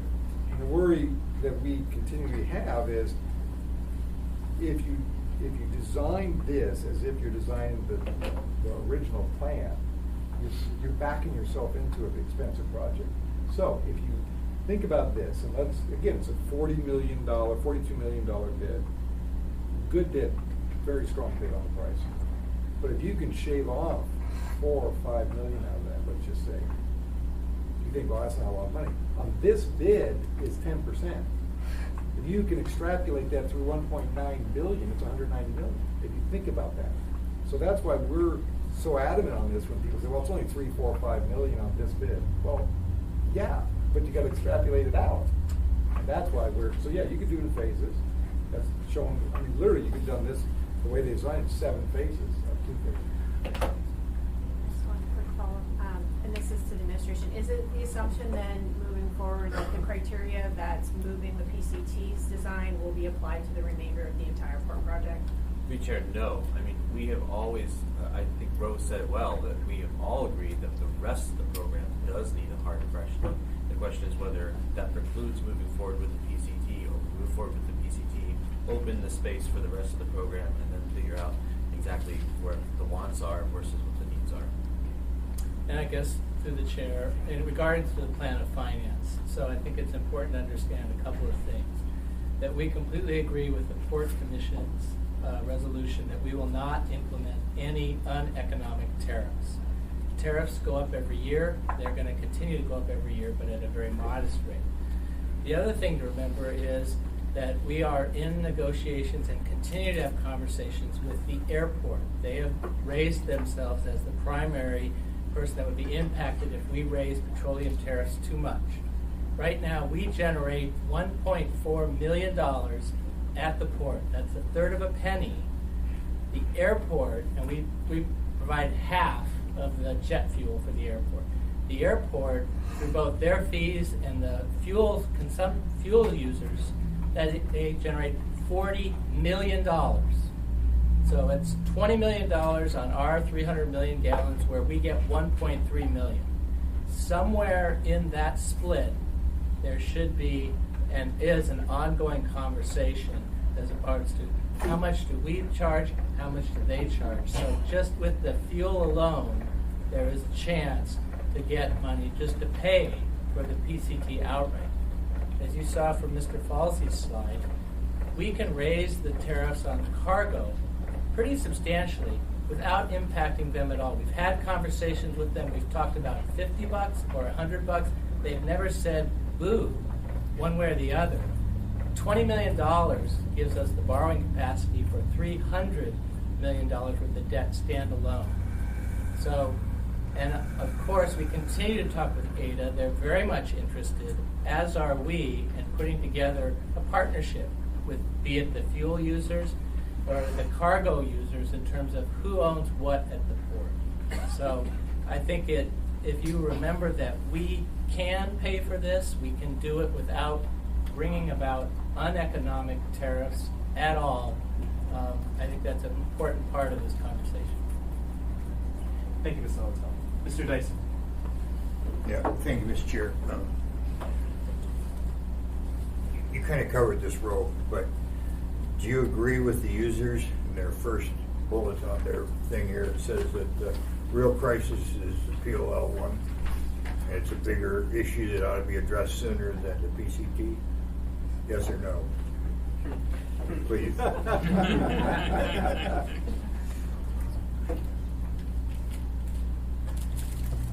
I don't believe that, I don't believe that there is a crisis in any, I don't think, so however, whether or not that's a yes or a no, I don't Okay, see if you had to a rank crisis. where we ought to be working first for the operation of the port and the wise use of our money, what would you advise us to do? I think there are two paths. One would be, I guess I've already said that, Fred, in terms Okay. of the response on the VE. I think you could look at a renovational solution of the POL1. I think you could do that much cheaper than the full cost of the PCT. You wouldn't get the life, but the assembly has to make a decision. All right, and I got it. Thank you. Okay. I didn't mean to be rude. Yeah. This is a wonderful time to be a cynic. I think it was very fortuitous that the quote seismic damage we found at the port was right after we realized the FEMA money was available. I think that's great. Thank you. Mr. Chair, to be fair, we are only able to do inspections as the tide got lower. So I've been out on the water with the inspection team since the first low tide was as soon as the ice went out. Each low tide, we find more broken stuff. It's a coincidence that it lined up this way. Might be providential. All right, we're gonna move on. Mr. Perez-Verdia. Yeah, so I just have two quick ones. I want to explore the comment around alignment, lack of alignment between the administration and the user group. And the challenge that I still have is understanding they want to pause, but not understanding necessarily what specifically would be different because of that pause. And I'm hoping that you can shed some light on that because of your conversations with them. And because I'm still struggling to understand what do they want that is different than what we have now. And what's your thought about how we would get to an alignment?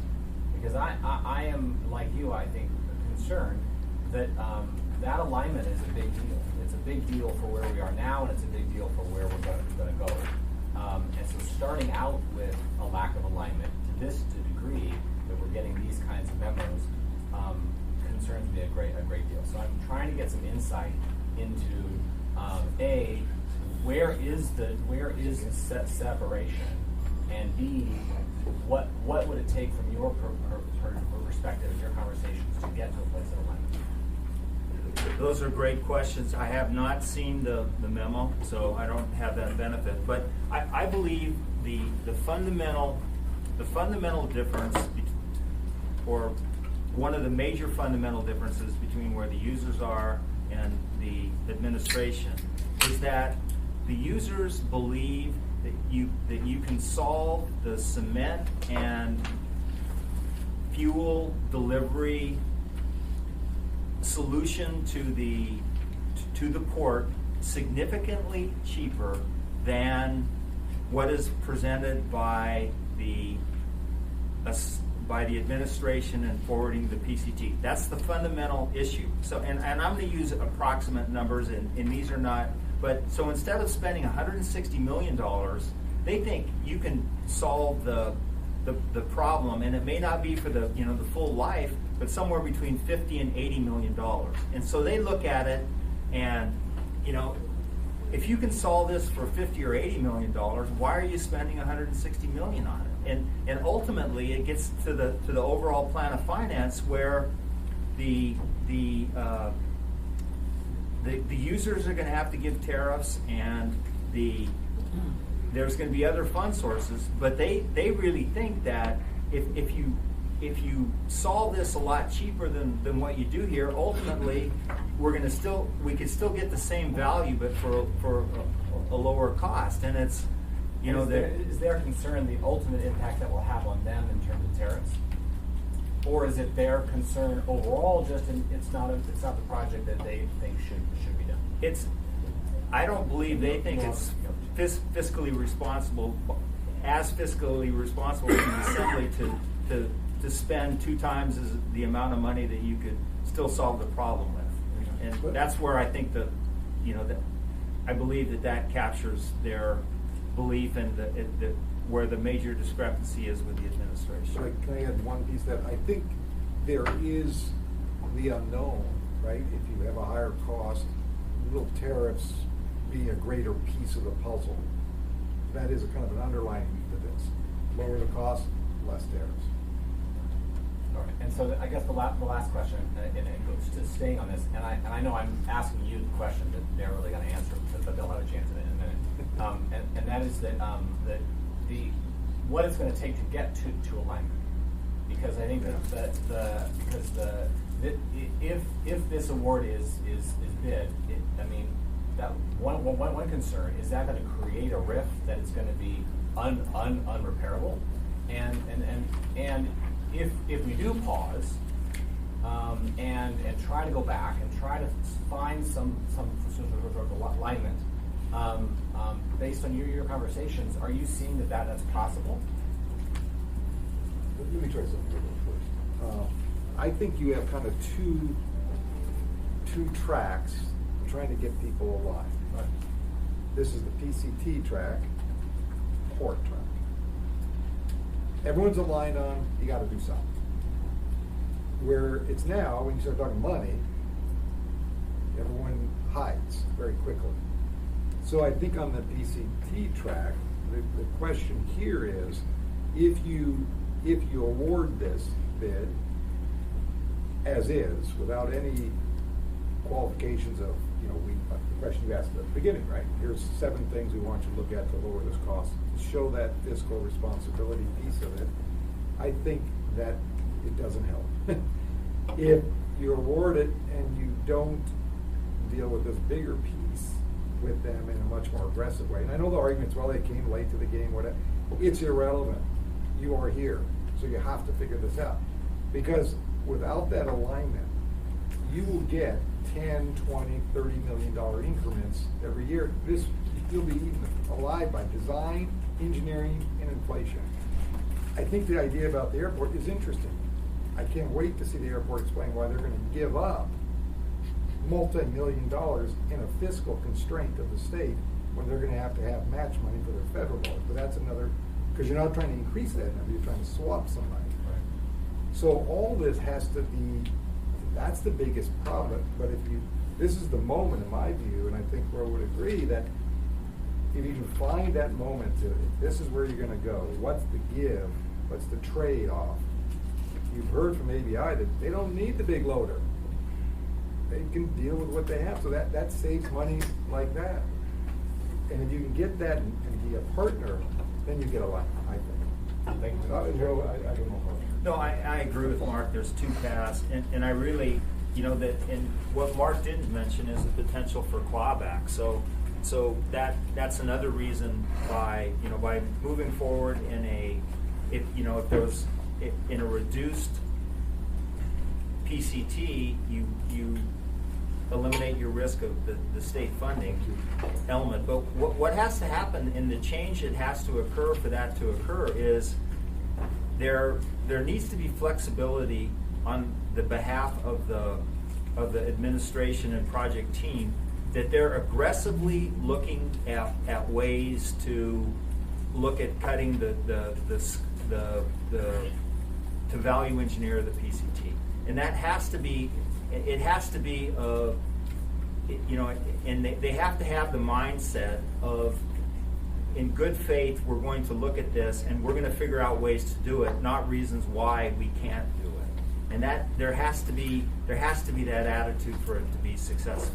I just want to echo what Bill said. I think he said it, if I can state this correctly, but I think there's a lot of interest.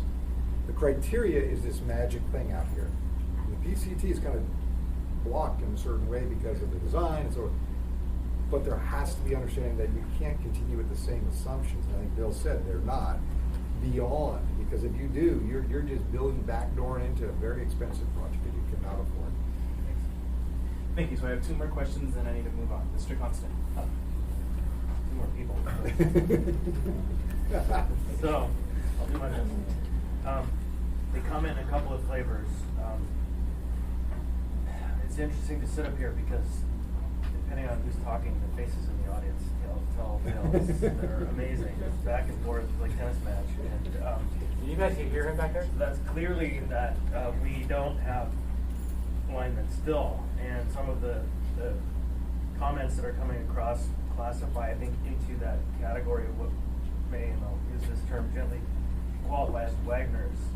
We're at a point where we're having discussions about things that are pretty complex. We've talked about two paths. One question I have to Mr. Chair is the contractors here, our consultants, made an assertion that we might find ourselves in a position where we've authorized a project and started to spend a bunch of money and then change our plan. I think we're already there. How much have we already spent on that south extension? Like the backlands and filling and getting prepared for construction. Where are we at in expenditures on this project? So through the chair, I think if you added up the south backland stabilization, the PCT soil work, and the transitional dredging, about $40 million. Right. 42. So we're already into this project by a really big amount, one way or the other, whatever we choose to do. So let us not kid ourselves that we're beginning something. We're at one of those question points about where we go forward with this. To the point of Mr.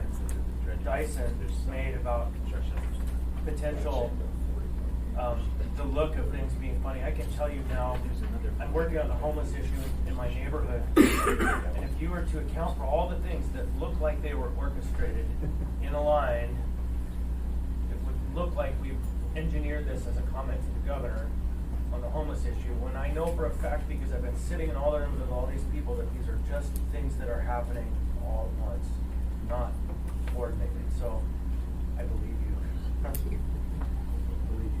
Now, I have a question for Mr. Haddon. Now, it might be for the administration, but should we choose to try to drive the administration towards a value engineering proposition and move forward with an award, what mechanism do we have to ensure that it's not attitudes that are in agreement that we're going to work towards value engineering, but terms in the contract, right? So I know we don't make contracts and sign contracts, but what can we do with the document we have before us to turn it into something that requires that to be a primary element? It's a very interesting question, Ron Haddon, the purchasing officer for the municipality. One of the things we have to look at before we can award this contract is, are you intending to make fundamental changes to the contract? If you are intending to make fundamental changes now, as I hate to say this, but we should stop and not award it and make those changes. Because what will happen is, if you make fundamental changes to the contract, you open yourself up for other bidders to appeal the process of what you did. I would not recommend that action. What I would recommend to you to do is award this contract as it is currently structured. Then go through the value engineering process with the assistance of the contractor and the administration to reduce the prices on this contract. So we do it after award, not prior to. And who is we? The administration.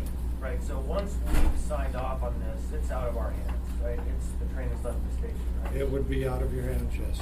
So our one opportunity for making a requirement for value engineering to be part of the term is now. Are you suggesting that it would be a fundamental change to put in a term that says value engineering may or must, shall occur? I think that's already there. Value engineering is generally part of all of our contracts. Can you come back to us after this meeting with some kind of a language out of the contract that shows what that term is? Yes, sir. Thank you. I will look. Thank you, Mr. Constable. Mr. Dunlap. Yeah, just really quickly, partially a question for you, Ro, but also for the user group that they're going to see. You talked about aggressive value engineering on the PCT to get us to alignment. When I read this and sort of some of the other comments from the user group, it sounds to me like almost regardless of how much value engineering you do, you cannot get to alignment because they believe that repairing POL1 is cheaper on a sort of fundamentally different order of magnitude. So they will always prefer POL1, they'll never agree to PCT. Is that not the case? And then the users could speak to that as well. Well, I have had discussions with individual users, and if they've indicated that if there was that they would support the PCT if there was significant value engineering that was done on it, and that has not necessarily been a consensus of the whole group. I haven't even attempted to have that. The other thing that by the basis of the question that isn't fully recognized is you could solve potentially solve the fuel portion need of the port through installation of fuel headers on your cargo vaults. So then, I mean, right now the PCT solves fuel, it solves cement. If you could solve the fuel by vaults on the cargo terminals at costs of $20-30 million, then that means you're spending $160 million to solve the cement shift that brings in a tariff of $170,000 a month. So it's more complicated than just the PCT versus the POL because of the fuel vault component of it. If you believe that preparing the POL in place and the fuel vaults are like actually possible from an engineering perspective, right? And what I heard on Friday, and maybe I'm wrong, is that the port folks don't think it's actually possible. Correct me if I'm wrong. Actually, we talked to the designer, the Great Northern Engineering, who did the fuel piping for the PCT, and they looked at fuel vaults. And they ended up not going that direction because of seismic issues, ice issues, tide issues. They can be a good solution in another place. They're not necessarily the best solution here, and that has not been fully vetted at all one way or the other. The fuel vaults are magic solutions. Let me just make one quick comment. Yeah, Your I wanted to share. Your question is a good one. If at the end of the day they're still on a line, what's just move forward, right? But I do believe what Rose said there is that the users understand, and they'll speak for themselves, that there's a bigger picture here too. That you got to get this port focused in a way that can get the resources necessary to do the long-term plan. And my belief is that a little give here showing that there is savings, which we believe there are, without changes they have to re-permit and all that, keep on the schedule. It's a step in the right direction, and that helps the port users, in my belief, have more confidence that, okay, they're being heard. Now, we can argue where they're being heard, where they're not relevant, we're here. So I maybe the optimistic person here, that when people say no to me, I always say, well, that didn't spell yes right. That's all. So you got to work it, and you got to figure out how they be part of it.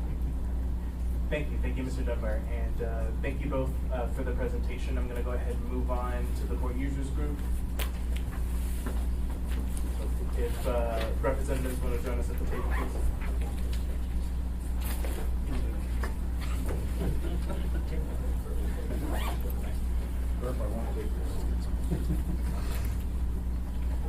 So we are quickly running out of time for this meeting. I want to make sure that we get to hear from the port users and then have a discussion amongst the assembly members about what we're going to do tomorrow.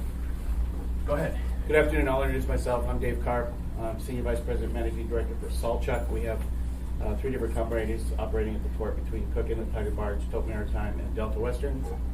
I'm Bert Mattingland with Menzies Aviation. We operate the fuel farm, fuel facilities at the Port of Anchorage and the pipeline connecting the port and the fuel facility at Anchorage International Airport. It's owned and operated, owned by Anchorage Fueling Service Company, which is a consortium of 17 commercial airlines.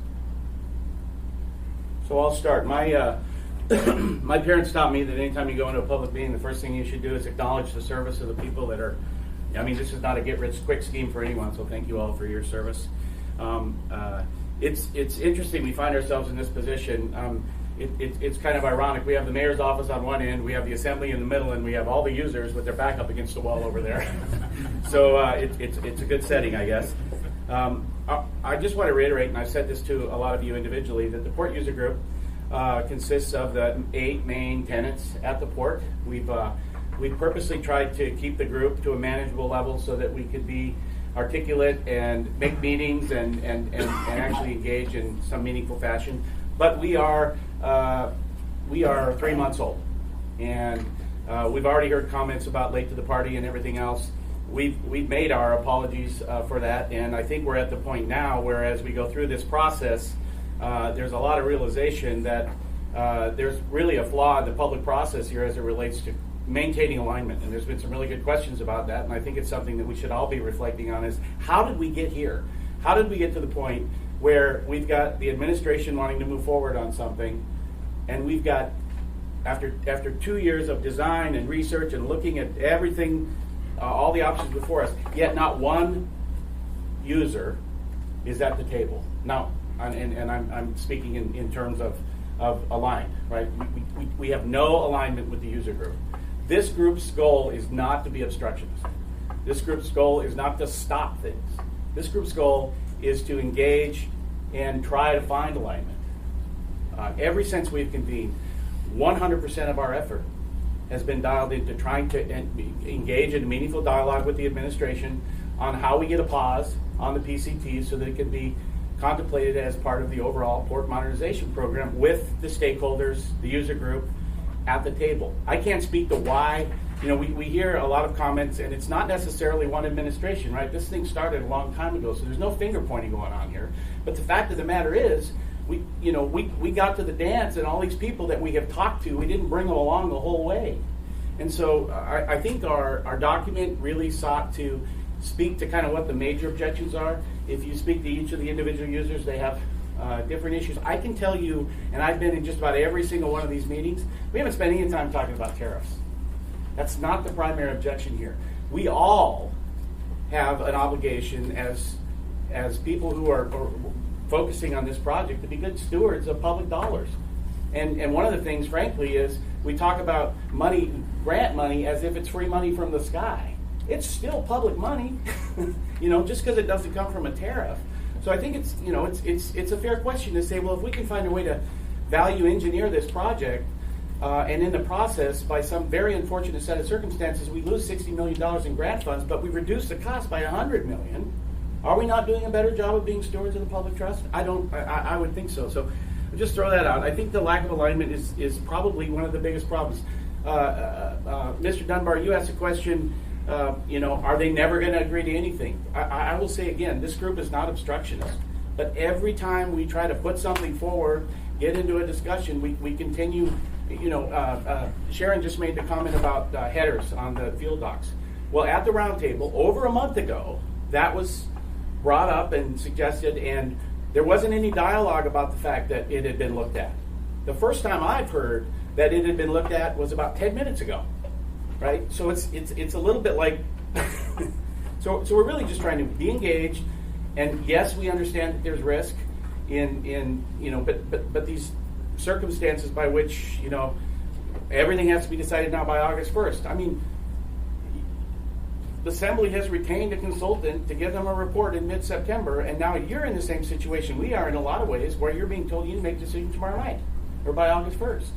So all we're trying to do is engage, seek alignment. I think Rose comments, and it's an important reminder that Northern Compass Group is not working for the Port User Group. They're working for you. We've had a lot of good dialogue with them, a lot of good engagement, and we found a lot of alignment. And I think this whole comment about the bigger picture, we need, if this is the Port of Alaska, one of the things that the Port User Group can bring to the table for you is positive progress on that alignment, not just from the people that are tenants at the port, but from Fairbanks and Matsu and the Kenai Peninsula. Because frankly, if you want to call it the Port of Alaska, you got to give them a little insight as to what's going on, and maybe there's some help there. We need statewide advocacy and federal advocacy to make this project happen the way that we know ultimately it needs to happen. And I think our concern is, if this is what's going to set the tone, this process will set the tone, it's just going to be a whole heck of a lot harder than it needs to be. So with that, I'll let Bert make some comments. I know we're time sensitive, and I don't want to deprive Mr. Smike of his chance to talk. Thank you. Thank you, and I appreciate everyone's time and service to our community. To your question, Mr. Perez, I think the real issue we have is we don't feel that due diligence has been done for all the options. When the mayor presented it at the end of the roundtable, the funding, and he wanted her bill, the question's always been, okay, we pause, then what? Well, we're not engineers. And my thought at the beginning of that questioning was, being non-engineers, we'll come up with maybe 2 ideas. And we've done 2 ideas. But I would think an engineer would come up with 2 or 3 or 4 more times as many ideas or options that could be vetted. I still believe firmly that the vaults can be an option, and I intend to call Great Northern. They're one of our vendors. I intend to call them today and discuss it with them and find out exactly what their issues are with it. Because if it works in Dutch Harbor, we're all Alaskans, right? And the other thing is this piling thickness that they presented that it was based on the minimum thickness, and I just have some discrepancies on this particular document. And I asked a month ago, and I still don't have an answer to the question. So it's kind of, there's unanswered questions, and us not being engineers, we don't even really know the right questions. We're just, and looking at the cost increase from what, 2014 to now, how did that happen? Thank you. Thank you so much. Do we have, I have 2 people in the queue right now. Does anyone else want to speak and have questions for the users group? Okay, so what I'd like to entertain right now is a motion to extend for 10 minutes. That's going to allow us to ask questions of the users group, maybe get in a couple comments from other folks who maybe want to speak, and then wrap up this discussion amongst ourselves. So, Mr. Chairman? Second. Moved and seconded. Any opposition? Mr. Chairman? Mr. Dyson, on this motion? Yes. Yes. I would appreciate if you extend it to 20 minutes, make sure the public gets a chance to weigh in. Do our motion and second agree? 20 minutes. Quick decision, please. Yes. Yes. Yes. Thank you. Any opposition to that? 20 minutes. Seeing none, okay. We're going to go until 3:20. We'll go ahead and start with Ms. Salatel. Thank you, Mr. Chair. I'm sympathetic that you're not engineers. I'm not an engineer. I mean, you might be able to tell from some of the questions I've been asking.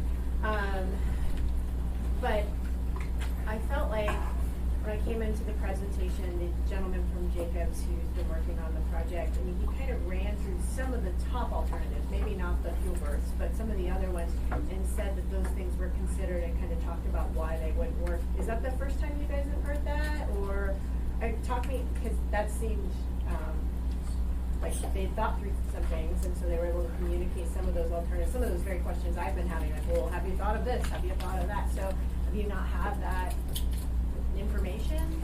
So I can't speak on the part of the entire user group. Certainly it's never been presented to the entire user group, but I don't necessarily dispute the information that Jeff is sharing. I think this gets to the fundamental problem that we have with how this process unfolded.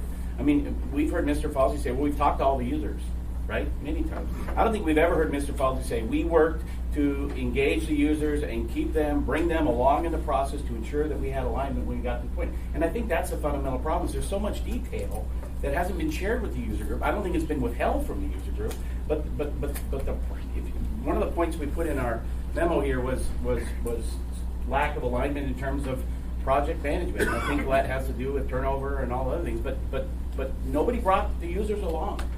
So I can't dispute, and I certainly have no reason to believe that he would be lying, but this is, 24 hours before the vote is not the time to be enlightening people about whether or not we should be aligned in a multi-year process. Well, I would just say that if I want to learn anything, I have to ask too. No one just comes in and enlightens me either. So, okay, thanks. Fair enough, but when someone's designated to manage a project, there's a process in which to do that, and he probably could have happened better than this. Thank you, Ms. Valentine. Mr. Dyson. No questions? Sure, Mr. Hudson. I actually have some questions for Cinepot, since they're here. So, if through the next week this conversation goes on and there are a series of questions that come through value engineering preliminary propositions, are you prepared to be responsive to the conversation? Yes. And here's a question from a bidder, a professional bidder, or to a bidder. What's the timeline we need to be working on for phase 2? If we're going to get a project to you or another bidder that could be successful, because you're not the project 2 bidder, you have to bid for that, and would guess you would want to. But what kind of timeline do you need to be part of that process, and how much time should we build into that so we don't find ourselves in this position? Well, I think this position may be a little bit different than the phase 2. I would assume or hope that there would be questions of what you are going to actually build. But from a timeline perspective, this project was very, the time was short, I guess would be a way to put it, as far as getting materials and subcontractors all lined up to be able to get work done starting in April of 2020. So I would back up the time frame for when this job did, probably 3 or 4 months. So it would be February, March of 2020 for work in 2021.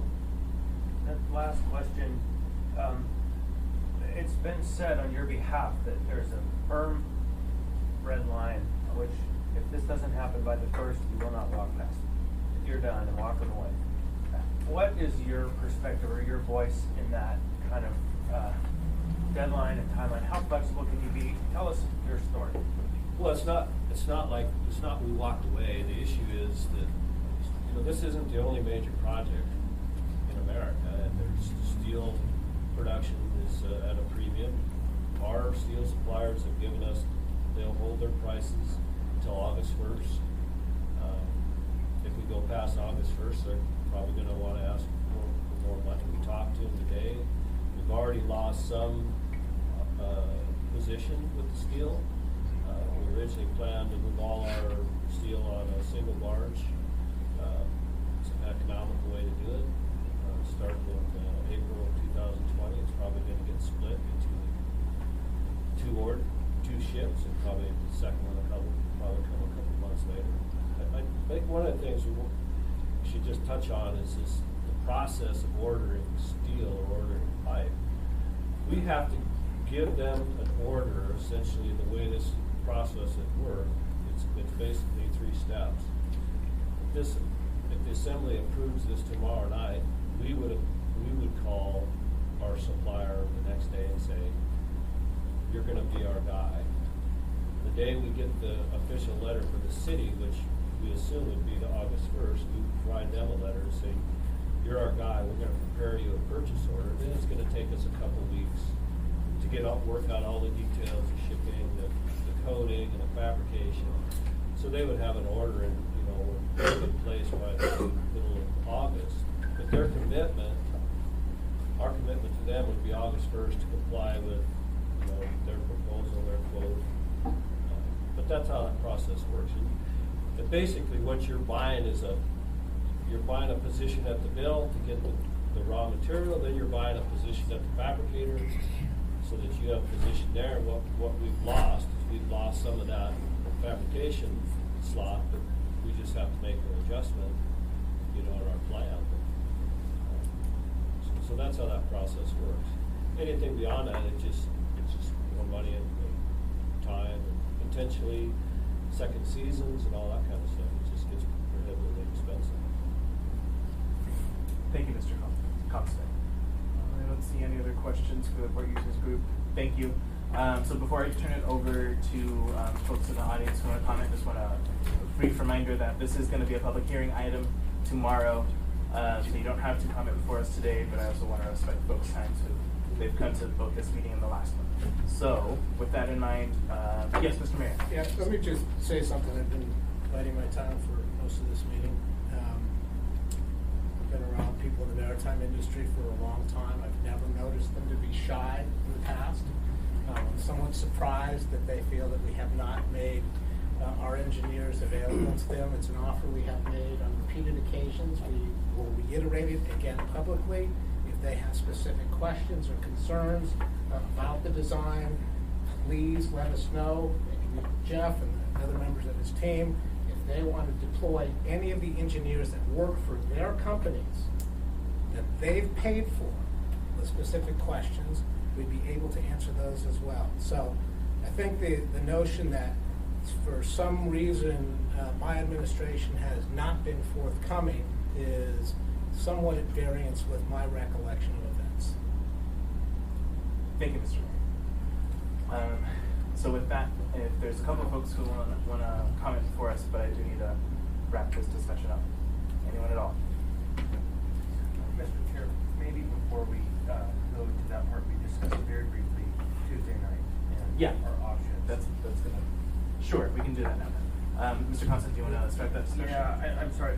Hold that. Well, public comment can be after that. So we can have a brief conversation about process. We're going to have the public hearing and then either close or extend the public hearing. And the question will be, do we vote on this tomorrow night, or do we give the administration, the consultants, and the users several more days to come to a point and have a special meeting? So we will be entertaining that question tomorrow night, and so everyone be prepared for that. Any comments or thoughts on what Mr. Constant just added? Just be ready for tomorrow. Mr. Presbyterian. Any sense of whether that is something that the user group is open to and feeling like that is going to make a difference for them?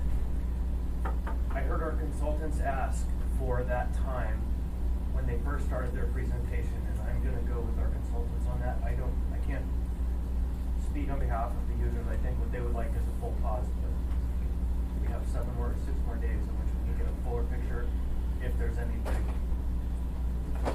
But we also, one last thing is, we've heard from the contractor they're willing to work. We've heard from the engineers, the administration they want to work. We've heard from the users they want to work, and we've heard from the consultants they want to work to come to a solution. So it's wise to use the time we have available. Thank you, Mr. Constant. Thank you, Mr. Presbyterian. Any final comments on that? I would just say on behalf of the user group that any amount of time that we have to continue to try to find something that works, we're not, our goal again is not to be obstructionist. But I was Ryan Zins, I'm with ABI, and I would acknowledge the mayor's point. We have had engineers and we've asked questions. It's just the issue that we have is we're to a point now where we're kind of scrambling. We see this price tag, and okay, what else can be vetted? Where are these issues? It's not that they're withholding us information. It's just there's so much information, and what are our other options that are out there? Thank you, sir. All right, I don't see any other comments from assembly members on this, so I'll go ahead and turn over our remaining time. We don't have to use it. Would anyone else want to speak on this? Mr. Chair, 3 minutes for each person. Yeah, that's great. Did you want to speak, sir? Yes. Okay. Number one. Could you say your name for the record, please? Yes, Albert L. Swank Jr. I'll speak to the entire group. I'll get off to this way. Albert L. Swank Jr. I'm the owner of Langdon Engineering and Management. I'm born and raised here, 3 generations, very familiar with the port, including the prior administration mess-ups, and all of it. Okay, number 2. Am I an expert in this field? Yes. Port of Vancouver was my last project. It makes Anchorage look like a little peanut. Hundreds of ports. So $6 to $8 billion worth of them. And how do they operate down there? Would they ever consider going forward on a project without the users? No. End of story. Users are in alignment with the developer. They have to be. Now, number 2. Born and raised in this state, are you ever going to have the port you want, whatever it is, without alignment of the users, without alignment of the people of this state? Look at the history. No. I'm being very blunt. I have heard every single little detail of everything from the contracts. You are incorrect in reference to the contractors can still sue you and stop if they want. You do not change a contract. When's the last time the municipality of Anchorage issued basically a sole source contract for $49 million? Why did you not get any other bids? Period. Now I'll jump to the next one. Is there anything critical right now? Is that port going to fail? Period. Now you can go through another 7. You can go through anything. So there's 2 things the administration has been pushing. We have this money. We're going to fail. And you can have the existing, Cowie, as I understand it, is the engineer of record. Go ahead and put it to him. Will it fail if we have another earthquake? Will it fail if we have another 8-point earthquake? I'll stop right there. Now, they are also, you've heard all the little details. They have the right to design to any level. That's all a matter of economics. But the engineer in record, whoever's the lead, has that jurisdiction, which is what I have. Now, your consultant here, I'm not going to be negative to him because he did a very good job in actuality. He is not a professional engineer. Mark, you made some very good comments. Back to the alignment. The alignment is critical. Stop. You want to cause a war? Cause a war. So, what's at stake? I've heard everything from the city manager saying, here's why we can't stop. We could have another, I forget what it was, $15 million if we delay 1 year, whatever. Okay. Is the economy of this state? Sir, your time is up. Okay. You'll have additional 3 minutes tomorrow. Yep. Yes, sir. So we got 3 minutes? Yes. Okay. This summer we're spending about Can you say your name for the record again? Can you come on up, please? Stephen Fisher. Thank you. This summer, the precursor to the PCT, and as part of the PCT work, they're doing the transition dredging and the revetment work. That work is done at a cost of the municipality is spending $15 million more, at least $15 million more plus unnecessary management fees, more than the market value. We knew that. I mean, this is not just opinion. This is actual bids that were given to the Corps of Engineers that were given to them free that we paid millions for, and as well as I got numbers from contractors in town that support that. So we knew that in February of 2018. This was delayed purposely to try to give this to a no bid contract that was going on at the time, the CMAR process, and it was delayed until I went to the city in August to try to get them to not do that bid. Unfortunately, they weren't able to contact me back. I contacted one of the attorneys there, but they didn't contact me back until right after they went ahead and awarded. Now, it was awarded on the pretense that they had to award it by September 1st in order to get the work done this year. That was immediately false. I mean, the day after they awarded the contract, the contractor came and said, "Oh, we're using a different source for riprap anyway," and that was the whole pretense of why he needed that contract on September 1st. We had the same issue with buying materials for PCT. A year ago today, or earlier, they were saying that they needed a materials contract for the piles because it would take 2 years to get the procurement. That wasn't true then. You're still getting false information from this management group, and it's unfortunate that we're letting that continue to go on. I do applaud this administration right here for putting it out to bid, because that saved probably $40 million from what the management team was trying to pursue, which was a no-bid contract to this CMAR process that would have cost more than double. So you do have a good legitimate contractor with a good legitimate bid that does match the bid prices that we were getting. Now, this management group actually they hired additional independent estimators because they didn't like the independent estimators weren't matching up to the CMAR process, which is just illicit in itself. And because those numbers didn't match, they hired a guy that they could manipulate to match, and then they did manipulate, and they did put numbers to the city that were intended to manipulate the message to the city. So the point is, you guys can't. There's a lot of. You're not going to get a legitimate, in 1 week, you're not going to get a legitimate evaluation. This project is 2 years delayed from when I was here. Sir, your time is up. Okay. Thank you. Yes, Ms. Kennedy and Mr. Whittle. Actually, Mr. Fisher, if you wouldn't mind. Yeah. I need the bullet points. Okay. I don't want to sit here and have an entire port and construction engineer for me. I have a contract that's going to be in front of us tomorrow night as to whether or not we're going to approve it or not. Don't approve it. So, okay. And I think you have a great bid and a great contractor. Don't approve it. Thank you. Thank you, Ms. Kennedy. Mr. Whittle. Back. Another question. Yeah. You can just stay as long as they're asking questions. You use the phrase CMAR? CMAR, yeah, it says it's construction manager at risk. It's another name for it's been around for. I understand. Mr. Chair? Thank you, Mr. Williams. Mr. Dyson? Yep. Do you think that the recommendations that CH2M Hill came up with, and the technical analysis stuff should be reviewed or Absolutely could be improved? Absolutely, 100%. Yeah. I mean, you're talking about the numbers don't even match. When I came to this project, they were talking 500 million. They arbitrarily changed it to $2 billion because of poor numbers that were coming in from the contractor. They got better numbers now. Excuse me.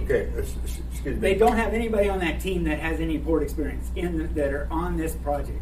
Right, and aside from the business sort of it, yeah, are the technical engineering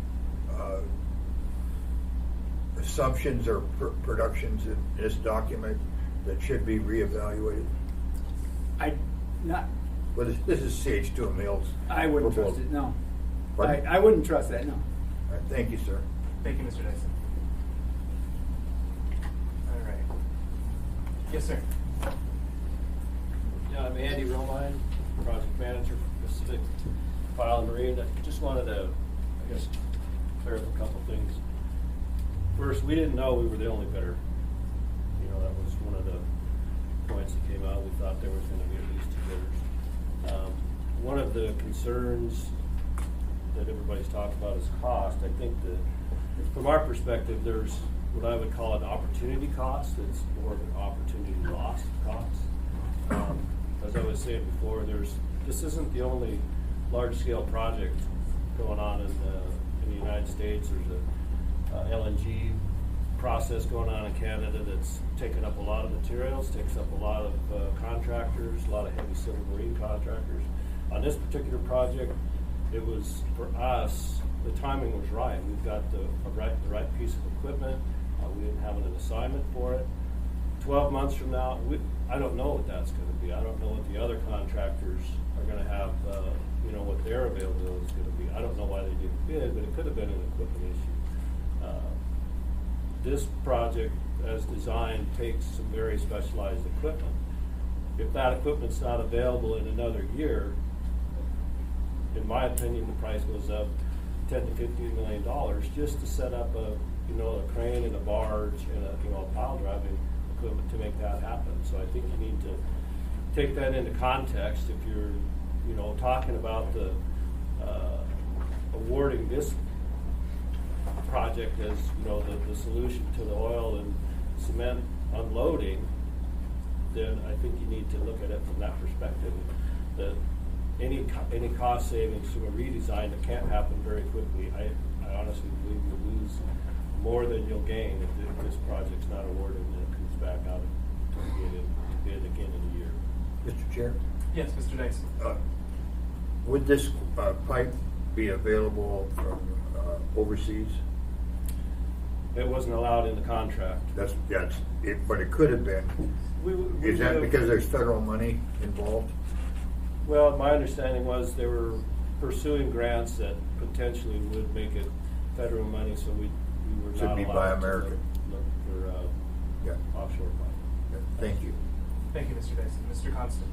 I just would like to say on behalf of you as a bidder and to the procurement office and everyone else that this process has been fair and open, and you bid on the open market, and it turned out that you were the only bidder, but it was not by any means a sole source contract or in some way some runaround. And so thank you for your bid.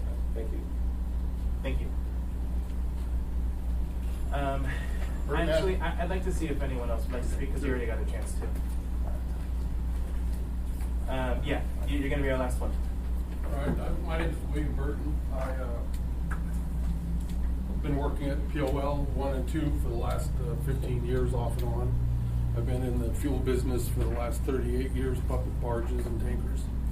And I've been asked to speak on behalf of the dock shack and explain some of the use, what it's for. It's first line of safety. When we had the earthquake, we had an employee down there that basically shut down the fuel transfer faster than anybody could on shore or on the ship could actually, they had to make the call. Also, because the tides are so big here at the Port of Anchorage, the ships and barges can't use their own gangways. So everybody has to be manually lifted on and off the ship, which means somebody has to be there the entire time the ship is there, and they also have to be able to get out of the weather. And constantly monitoring the hose. When that sheet of ice came down the bay a couple of years ago and rammed into the ship and tore all the mooring lines off the dock, and just the hoses were holding the ship to the, they were the first line of making calls and shutting things down, and it's hard to explain without you being down there and watching it over the years like that. But to get on shore and to take away people from, you're literally this far away from the action. And if you go back, you're going to have a time delay, and you're going to, people aren't going to be watching you the whole time. It's a different thing. I just crawled out of my coveralls. Spent 12 hours last night at POL too. Thank you so much. All right. So with that, just a reminder. Yes, Mr. I have a question for the contractor again, the proposer. Can you briefly describe for us the changes to your equipment that you are proposing to make for this contract, the fabrications you have to do? Well, we have a crane on a barge. We're going to remount the crane onto a new barge. It's our new barge. It's ABS certified, so we can travel on the ocean up here, and then reconfigure the boom tip for pile driving. So basically a lift crane right now. We'll make modifications to it. And that process, honestly, would start in November to be ready by the end of March. Thank you, Mr. Constant. So with that, just a reminder, we will have a public hearing on this item. So I'm sure we will see most of you tomorrow.